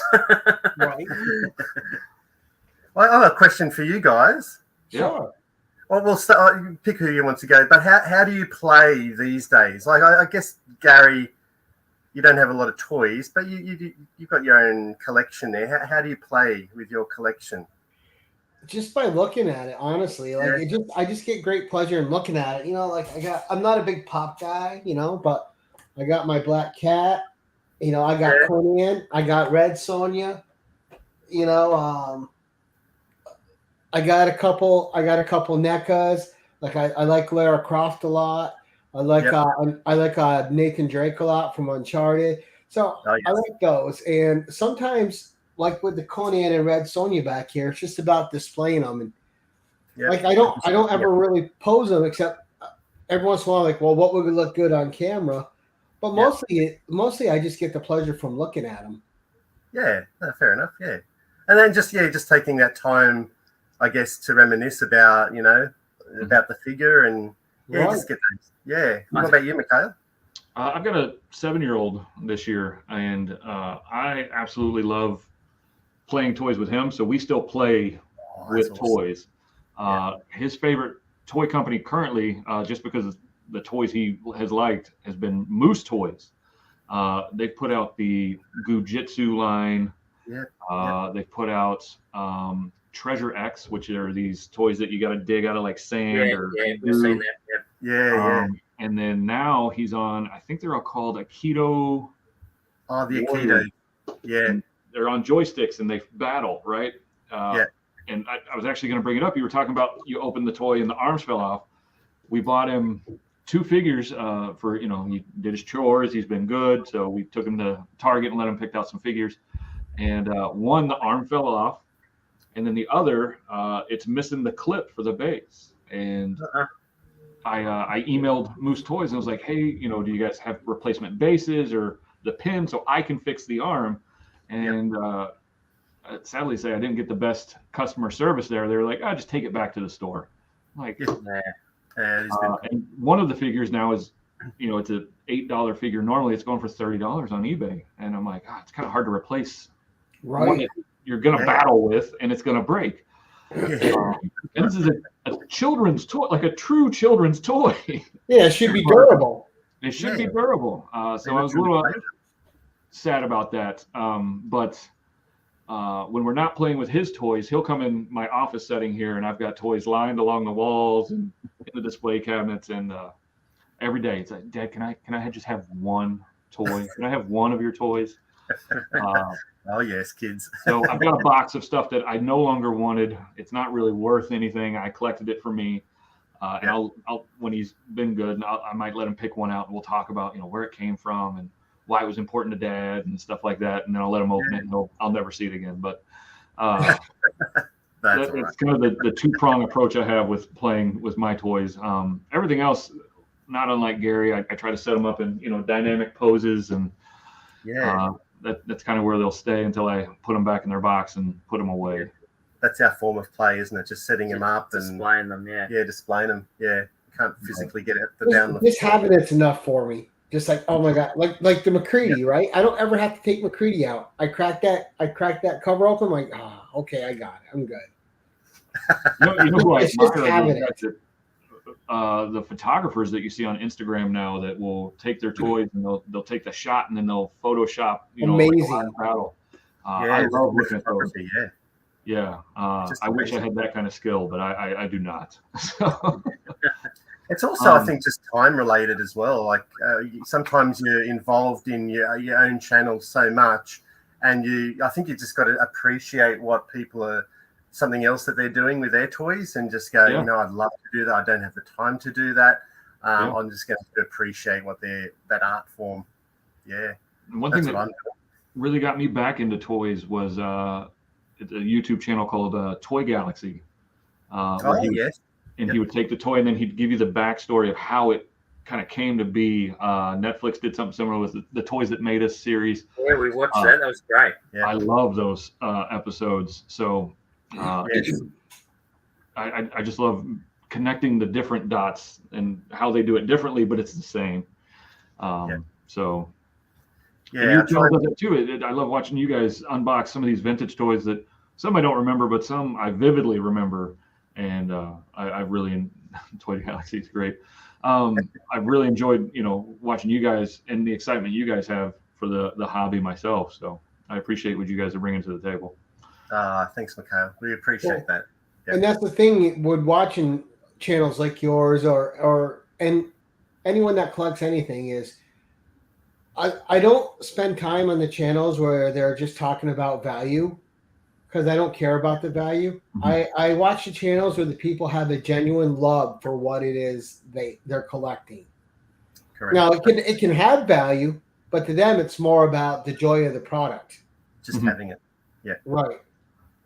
Yeah, that's right. It's the memories associated with it. Yeah. So it's like me. I mean, I didn't collect for value.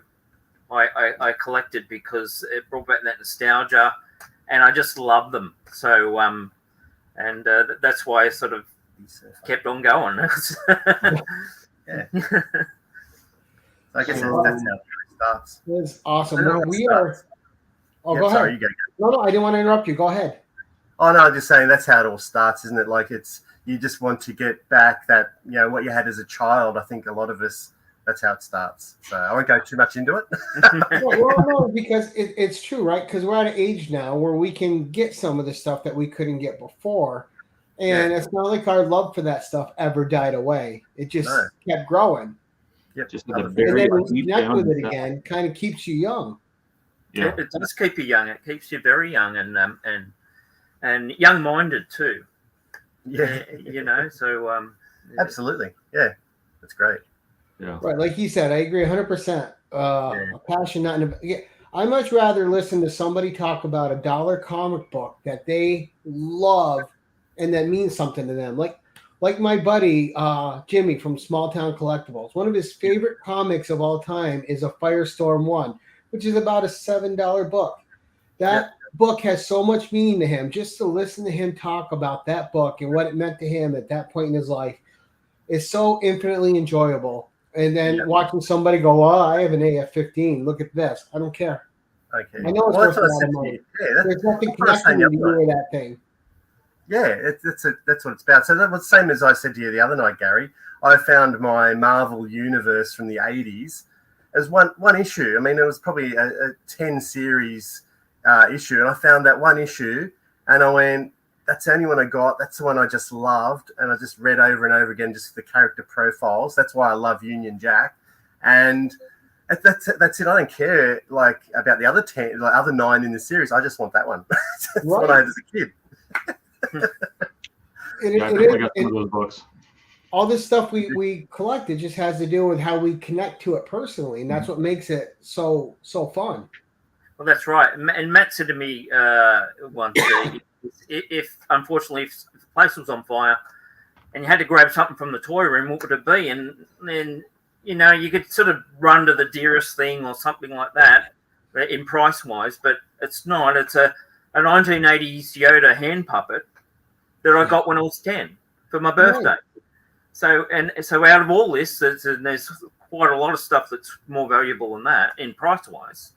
That's the thing I'd grab because I got it when I was 10. Now, if it was Matt and the Yoda puppet in the room, which one are you grabbing in the fire? I think Matt said it all. He's still grabbing the Yoda puppet. Crawl, Matt, crawl.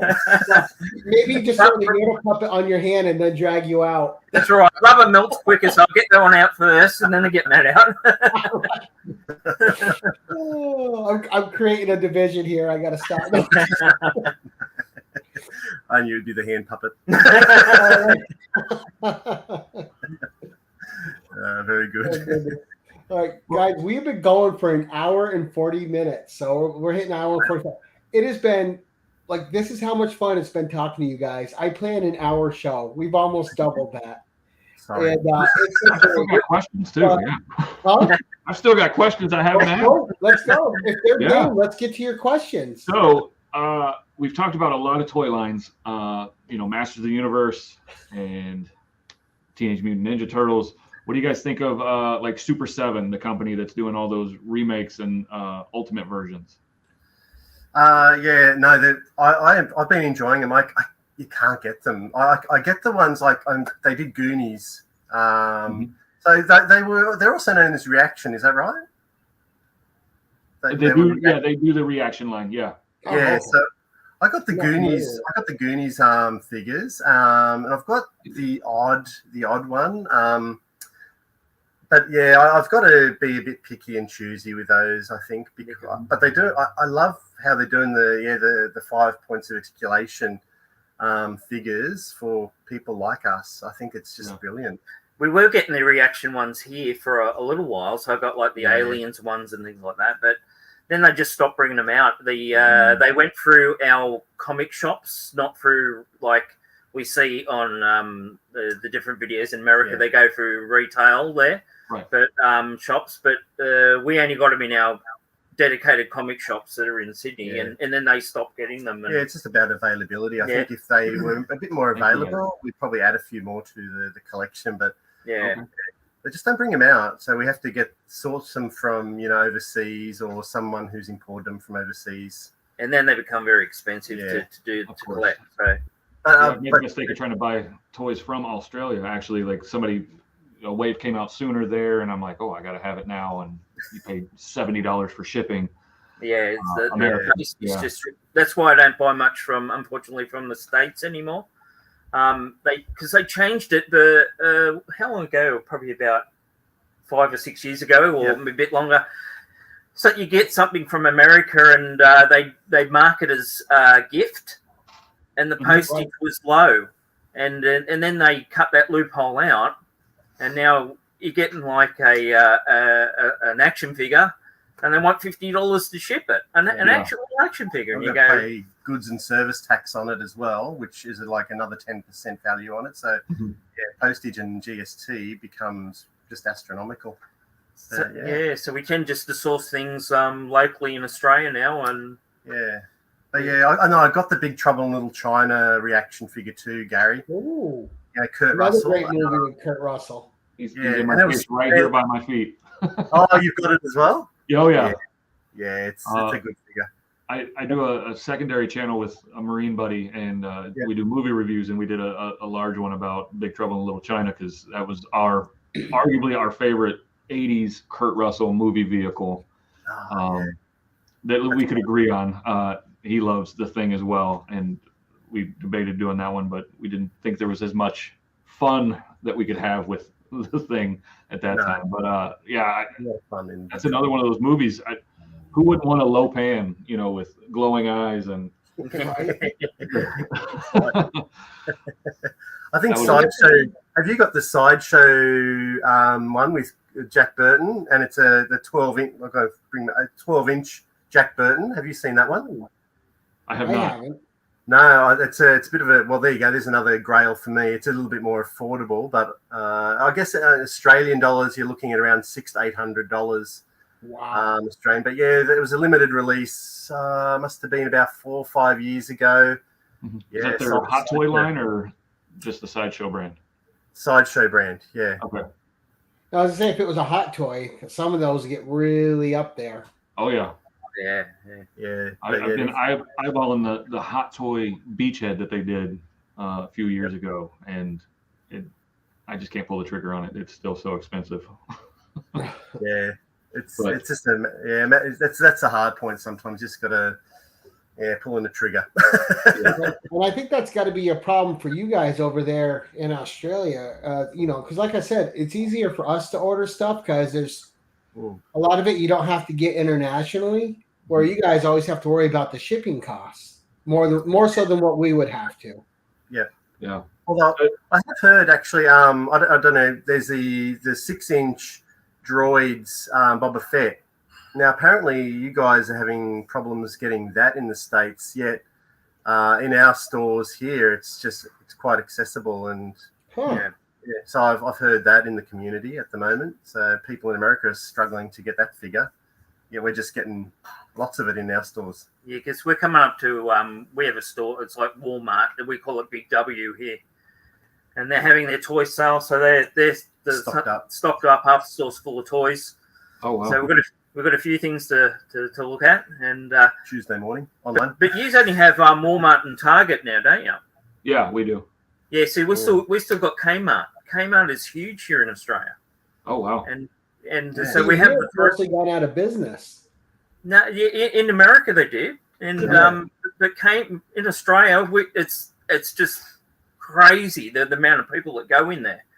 So we some of their shopping centres they have Target, Big W, and Kmart in the one shopping centre. Yeah. So we can constantly go around and hunt and do a toy hunt. Yeah. Now, do you guys have Toys R Us there? Because Toys R Us went out of business in the States here. Now they're only in Canada. They died the same time. Yeah, we followed you. Yeah, they closed them up here at the same time you did. So yeah, it's tough because we don't have a dedicated toy store around us anymore. Oh, okay. We've got a couple. Yeah, we've got a couple. We got one called Toy Mate and Casey's Toy World. Casey's Toy World. Yeah. So Toy Mate sort of gets the. They have sort of the new lines, but they do have sort of where the toy line might have had its run, and they might have, say, 2 or 3 figures that had a bulk load that no one bought, and they sort of they flog them out. Yeah. And so sometimes they're good to go to, and you go, oh, I missed those. Yeah, I'll get them. And there's a whole stack of them there. They've got a couple of smaller toy chains, that help us out with toys. Yeah, so they're actually rather new, those ones. We sort of had a period where the toy stores closed up, and there was nothing. It's just the big chains. Yeah, it was just sad because as a father, one of the things I used to like to do is just take my kid to the toy store and walk around. It was just great. Mm-hmm. Yeah.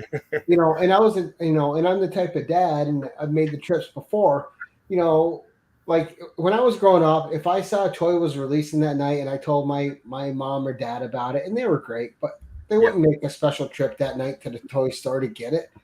Like Yeah. my kid, oh my gosh, this really something. Like, I'll get home from work. I've had a long day. I'm like, all right, let's go. Jump in the car. Let's go see this thing. Yeah. It's just so much fun. We go out and look for it, or whatever it was. And I miss having that aspect of collecting around here. Yeah, you want to share that with your children. Right. Exactly. In a way. Now, I do have another question for you guys, but I'm going to throw it back to Mikhail for a second for him to ask another one, and then I'll get back to you with mine. Oh. Okay. Well, let's see. I got to go get something. I'll be right back. All right. So I wrote down WWE, and I know, Matt, you said you're the bigger wrestler fan. Yeah. I wanted to ask, who was your guy? Who was your wrestler? I always loved Roddy Piper. Okay. So we watched WrestleMania was our first big one out here in Australia in '85, and that just hooked me. And he was a bad guy, but I loved Roddy Piper. He was always stirring, Hulk Hogan, antagonist, and I just loved him. And I just followed his career and everything he'd done. Whatever fed he popped up on, I was hooked. I just wanted to watch Roddy Piper. So yeah, it's Roddy. there's many other great, obviously, wrestlers. And I always found people usually have one real guy, and then growing up, mine was Ultimate Warrior, right? So I love Warrior, but I also loved Legion of Doom, and yes. those heel characters a lot of the times, but I always find myself coming back to Ultimate Warrior. I don't know why. So yeah, I don't know why. Yeah, but I love listening to the stories over the years from the 70s and 80s, from the building up of WWF and what Vince did, and just those personas like Andre the Giant and Hulk Hogan before he was famous. And I've got a bit of a passion about WWE and those other federations over the years. Yeah. Not so much now. But I know for me, I definitely lost interest after the what they call the Attitude Era. Attitude Era, yeah, with Stone Cold and The Rock and all yeah. that. I mean, some of those guys were just brilliant on the mic, and that's why The Rock or Dwayne is so popular these days, because on the mic he it's all ad lib, I think, and it was just just amazing. You'd just be laughing at what he was saying to other wrestlers and how he can get away with it. And but the other guys were up to it as well, like Austin and Triple H and Shawn Michaels. They were, and the Undertaker had that presence. He's always had that presence, the Undertaker. And I remember his debut so vividly when he popped out of the casket for the first time, and I've always thought personally that when they took away the freedom for them to cut their promos the way they used to, that it really undercut what made that special. Correct. Yeah, they let him go a lot in the 80s. I'm not sure about the 90s, but in the 80s, and some of them are just classics. And the commentary as well. Like, I don't know if Scott's still in the live stream, but he loves that heyday as well. And some of the commentary from Jesse and Bobby the Brain. Just funny as. Well, like you were saying too, when you were talking about They Live, you had Roddy Piper and that's it. I love that movie when it came out because it had Roddy Piper in it, and Hell Comes to Frogtown. I just love those movies because he's in his prime, and Hell Comes to Frogtown is a lot of fun. I own it digitally. I do. Same. Actually, I think I own the DVD. Yeah, I do. It's just Roddy Piper. I've loved Roddy Piper. So that was a sad day, Roddy Piper, right? He's passing. But he always had that interview. He had that interview and said he didn't think he was going to live past a certain age, which I found baffling at the time. Why he would actually say that, and he didn't, and it was just incredible. It's too bad too because he was such a great personality. Oh yeah, he gave so much back in his later years. Gave back so much to the fans of his movies and to the wrestling community. You can see that love from Roddy Piper, and yeah, I think he was at a few conventions that I know people went to, and I never asked them to get an autograph from him because I always wanted to meet him and get that autograph for myself. Well, and a cool thing too, I don't know if you ever listened to the commentary from They Live. Rarely. But him and John Carpenter, when they were hiring when they got the extras, they actually hired a bunch of of the people down there that were like homeless in that area and stuff, and they were feeding them. They were paying them and feeding them, and they were using them for extras and making sure that they had food and stuff. So I mean, just it's always funny because you see these guys in a sport like that's kind of scripted that play the villain, and in real life they have like the biggest, softest, most giving hearts out there. You know what I mean? 100%. Yeah. I mean, it's the same as Andre the Giant. The stories you'll hear of Andre. Right. Yeah. I love he always stories about him. was a real and very scary man, and he had a lot of power back in those days. Yeah. No one would mess with Andre, but he also had the biggest heart. I loved him in The Princess Bride too. Oh yeah, I was absolutely. gonna say the story with You Andre. did something right. I try not to let it go to my head. Just so good. Oh, hello, pretty lady. It's not my fault to be in the biggest and strongest. I don't even exercise. Good old busy. Listening to the commentary for that one and hearing how he couldn't even stand up in that when So she jumped out sad. the window, he could barely stand, so they had to use camera angles and things to make that scene where she jumps out of the window and he catches her. His back was so degraded by then. It just broke my heart knowing that, because I loved that movie as a kid too. Yeah. And, So much struggle, but I money. love the story about when the guy that actually hit Andre and then he just unleashed on him in the ring, and all the wrestlers after were like, "We told you to leave Andre alone." Just great stories like that about those guys back then. Yeah, they often say that if he liked you, you're in, but if he didn't like you, and you got in the ring with him, He beat you up. someone help you. God help you because he punished you in the ring. A little bit of help to pay, huh? Yeah. I think the Iron Sheik and Macho Man were two that he didn't like. So, yeah, he gave it to those guys. I think it was Macho Man in the story I'm thinking of, but I didn't want to speak out of turn with it. Macho Man, yeah. Not a great wrestler, but anyway. And another big personality.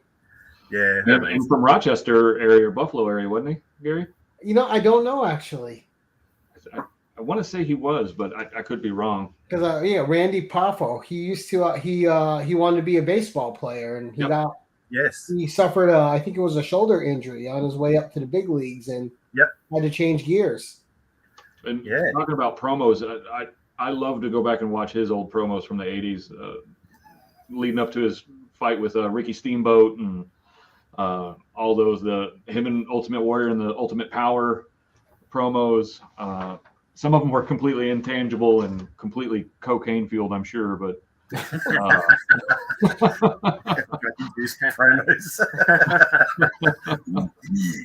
what do you got for us, Gary?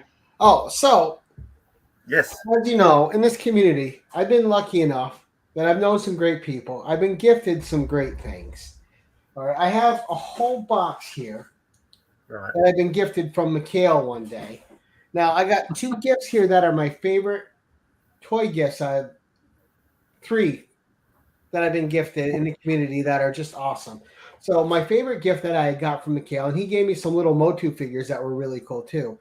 But I'm going to make myself big a second. Yep. This figure in particular is a favorite of mine. Oh, the hacks. Yep. Well, just because it's cool. Everything about this figure screams Ray Harryhausen to me. Yeah, the Medusa, yeah. Medusa, I love it. I love this figure. So thank you for that, Mikhail. Of course. And for all the other figures I have down here that you gifted me, because I keep them pristine.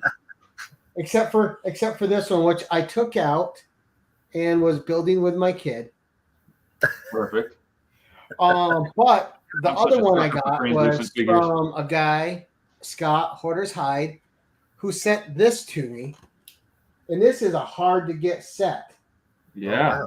Conan and Rawl, the Devourer of Souls, which came out, I think in the early 2000s, but it became quite rare. It was out at Walmart. And I remember passing it up back in the day, and then it was gone, and I couldn't get it again. And this just showed up as an A-OK. And then from the local comic shop, this black cat I actually showed was a gift from Tim. Remember Tim? You know Tim and Jen, Mikhail. Yeah. So Tim got this for me because he knows I'm a big Felicia Hardy fan. So those are some of the gifts I've gotten from the community that really meant a lot to me. I was wondering if you guys had any specific toys that you guys received as gifts that have a special place for you. I think because we've only sort of just started really reaching out in the community and things like that, and growing our subscriber base, we haven't sort of like, I only just sort of said the other week to Matt, we have to get a PO box and put it up behind us and say if anyone wants to donate something to show or send some fan mail. But we haven't sort of done that yet, and no, like we haven't like I think I've sent a couple of things out, but you kind of just do it out of the kindness of your heart, and but yeah, nothing. We haven't really received anything as a channel. No, we've like, because we meet up with our friend Scott Crusher and things like that. We do like to find things that he collects and give them as a gift. And that surprises, we like to surprise people like that, and we sort of enable them. There's a dirty enablers, huh? Yeah. That's why wagon. Yeah. Send them down that slippery slope. Yes. But yeah, I think that's why in his last video we went to a toy show and he bought a box of just a box of goodies like for $20. And he was so happy just to, there's a lot of accessories, and I needed a couple of accessories, and Andrew needed a couple, and just freely swapping accessories, and so he'll do, we do things like that, and I guess a little bit things off camera, I suppose. Things off camera, but we I think soon we'll get a PO box, and if people want to send fan mail or things like that, we don't think we're actually big enough to to actually receive anything from anyone. So I know the bigger channels and that do, and like yourself, Gary, and that. But maybe one day we might receive something. And who knows? Well, I love that one episode you guys did when you guys did the Christmas gifts to each other. Was a lot of fun. Oh yeah. The Turbo Man. Turbo Man. We both wanted Turbo Man. I love that movie. It's so much fun. We love it. We love Jingle All the Way. Yeah. Because it kind of it reminds us of us a little bit. Yeah. Maybe a bit extreme. Well, I wanted to show. Is that Brave Star? This is Brave Star. Yeah, good call out. With his gun. Yeah. Wow. So I got this from Fun Guy Grams. You got it from where? Fun Guy Grams on Instagram. He does not have a YouTube channel, but he also makes a lot of bootleg toys. We've talked about that a little bit. And I've got one more that he gave me. Try not to shoot it off here. Let's see if you guys can place that one. Is that Centurions? Yeah. Centurions, Mr. Ace. Hey, that looks complete as well. It's mostly there. I'm missing a couple of the rockets. Yeah, but, he actually gave me all three of the main characters. Ace was always my favorite, even though he was kind of the Air Force guy, and I ended up joining the Marine Corps. But so he gave me both of those gifts. Very nice. He's out of Nashville, and great guy. And now he makes custom or bootleg toys. He'll take a He-Man mold and put weird stuff in it or change the head. Fantastic. So way to go. Yeah, excellent. If you got that talent. Yeah, I don't have any kind of creative talent, so I can't make anything. Nah. I created my first mold. We'll see how it turns out. I haven't actually poured the resin in it yet to see how it turns out. Although I'm just going to give myself a bit of a plug. in that last Kraken video, that Cyclops that was on the table, I did make that. That's a stop motion puppet that I've been taught how to It's do. very good. Yeah. So I've done a little bit of stop motion around that puppet, but you know, it's something I've learned. I've always wanted to learn, and it's probably a video for another day. But I loved learning how to do it and to put it all together and see it come together as you know, as you build a puppet with skin and fur and eyes and teeth, and now to animate it, it's a hard feeling to describe. It's just I blow my own mind. Well, Ray Harryhausen's the easy go-to for stop motion animation, but you got so many. Like, were you a fan of the original King Kong though, with Willis O'Brien doing the animation? Yeah, Willis O'Brien, who inspired Harryhausen, didn't he? So, and then he went on to work with Mighty Joe Young. That was Ray's first movie, in '49. So, but so many, you know. I mean, Ray Harryhausen was very lucky to have that producer Charles H. Sneer to be able to the work collaboration, and they get all those movies out through the years. That was his money man, I guess you'd call it, to make all those type of films. And so many other stop motion animators who couldn't find that producer to help produce that work. Yet now, is the Cyclops your favorite stop motion figure from Ray Harryhausen? Yes, it is. You know, he's a very sympathetic creature in the movie. Mm-hmm. Yeah. Yes, he is. He just wants his magic lamp. The poor Cyclops. Right. No, I love it. I just watched those last month. They still have the same magic as when you watched them as a kid. They don't get old. They're so much fun. Absolutely. And like you, Gary, like you watch that The Thing so many times a year. I'm like that with the Seventh Voyage of Sinbad. I'm so sad I'm watching it 5, 6, 7 times a year. I love it. I just love that movie. Great. They're infinitely watchable, and it's tough for me because I love the Seventh Voyage, but all 3 Sinbad movies that he makes, I'll watch one and go, "Oh, that guy's the best Sinbad." Then I watch the next one. No, that guy's the best. Then all right, they're all good Sinbads, damn it. I just love them all. Yeah. Well, that's right. It's hard to pick them all. And of course, they had such beautiful co-stars too. Mm.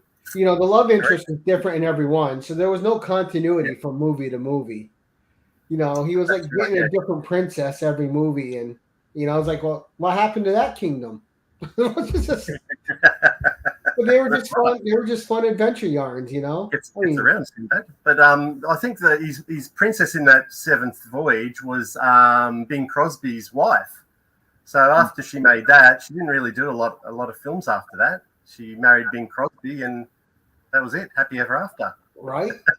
Well, and the Golden Voyage, that was the one with Gene Seymour, right? Yeah, and was that Carolyn Munro there as well? Yeah, who was also quite famous, I think. Yes. Yeah. I can't remember. And what was the last one? Eye the Tiger. Was it the last one? Yeah. Yeah.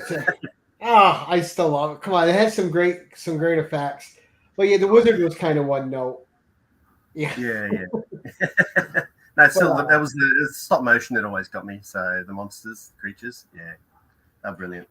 Yeah, Billy, we've been going for over 2 hours now. We're having a blast. We don't stop talking. It's called Keep On Talking. Keep on talking. Right? Keep on chatting. Keep on. Sounds like the name of a series right there. Right. Mikhail, did you have any other questions, sir? I think I've hit most of it from my end. Yeah, I think I'm good. Yeah. Guys, it's been a pleasure getting to know you. It really has. We'll start wrapping it up. We've been going for over 2 hours, and guys, when I say it's been a genuine joy, it really has. Thank you very much. Yeah, it's absolutely to me to finally get and talk to you, Gary, in as personal as we can, and to meet Mikhail. Now introduce us to Mikhail with Geekspot. So we've already checked out a couple of videos from Mikhail. So it'd be good to welcome you back in making videos. Well, that's the way we feel too. I was trying to bully him back into YouTube because he's been missing for a while. Yeah. And he's got a good voice to have out there. He's a good guy. Voice made for radio. Right. No, radio. So, Mikhail, having said that, do you have anything coming up on your channel, sir, planned? Well, I did shoot some videos. People that watch my channel know I love tabletop games, and that in retrospect, I didn't do enough with talking about my tabletop games. So I recently was gifted a pristine copy of Hero Quest, the original from the 90s. Matt got excited. I loved that game. Yeah. You talked about the HasLab. That was one of the first HasLabs I ever backed, was the remake. And we're going to do a playthrough of both, talk about the differences and what maybe they could have done better for the new, or what they got right. So I think that'll be a lot of fun. That's going to take forever to edit, though, so it might be a while before it comes out. Of course, I still love Magic the Gathering, so that stuff's always going to be coming out. I actually have a neighbor we're gonna start playing and recording some of those matches just for fun. And then figures, I've got comics out the wazoo that I have not shown and haven't got to talk about. So I've got plenty of content to put out. I just got lazy or busy or both, and we'll see what happens. Life is busy. It's hard to fit everything in. It is. And I still have that Xena comic you gave me that I love. That special cover. That thing is amazing. Gentlemen, what's coming up on your channel? Well, last night we as we said, we filmed the Batmobiles because we got Matt gave me the one from the latest Batman film, and I said, well, let's get out all the other ones. So got the from the movies to the cartoon series, and we put their Batmans in front of them, and of course, I'm busy editing that one. Yeah, so and we've got another live stream next Sunday morning too, actually, with Mark Shabby Geek, and he's in the States there as well, in Georgia, and he's getting a bunch of Aussie YouTubers on. So I think it's an hour earlier than what we started this morning. So get our coffee and get onto that. So yeah, we've been busy lately. Yeah. Nice. Busy's a good thing to be on YouTube. So yeah, it's really good. Love it. Well, guys, I want to thank my co-host Mikhail. Thanks for dipping your toe back in YouTube, buddy. Great to have you on as usual. And this won't be our last collaboration, because I'm going to keep pulling him out of hiding, make sure he stays active. And two, I want to thank the chat. You guys are great, so coming out and supporting these guys. And I think I had Matthew ask me a few times if I was sure I wanted to have them on. And Matt doesn't know me. I'm just about meeting the people and having a great time. And guys, a personal big thank you to both of you. I didn't just have a good time. I had a great time. These 2+ hours went by like nothing, and it was just completely enjoyable the whole way through. Talking to you guys for real has been a treat and a pleasure. And thank you so much for coming on the show. Same, Gary. Yeah, Same, Mikhail. It's been excellent. Thank you. Can't believe time just flies. So yeah, I love it. It's called #GrowTogether. It is, and we'll keep bringing communities together, right? That's the way to do it. That's the way to do it. Do what you love. Keep you happy. So, guys, everyone watching in the chat, thank you. On the rewind, please go sub up Mikhail and keep on collecting. All their descriptions and links are in. All their links are in the description below. We talk real good, and check them out. You won't be disappointed. Great people, great fun, and until next time, keep it casual.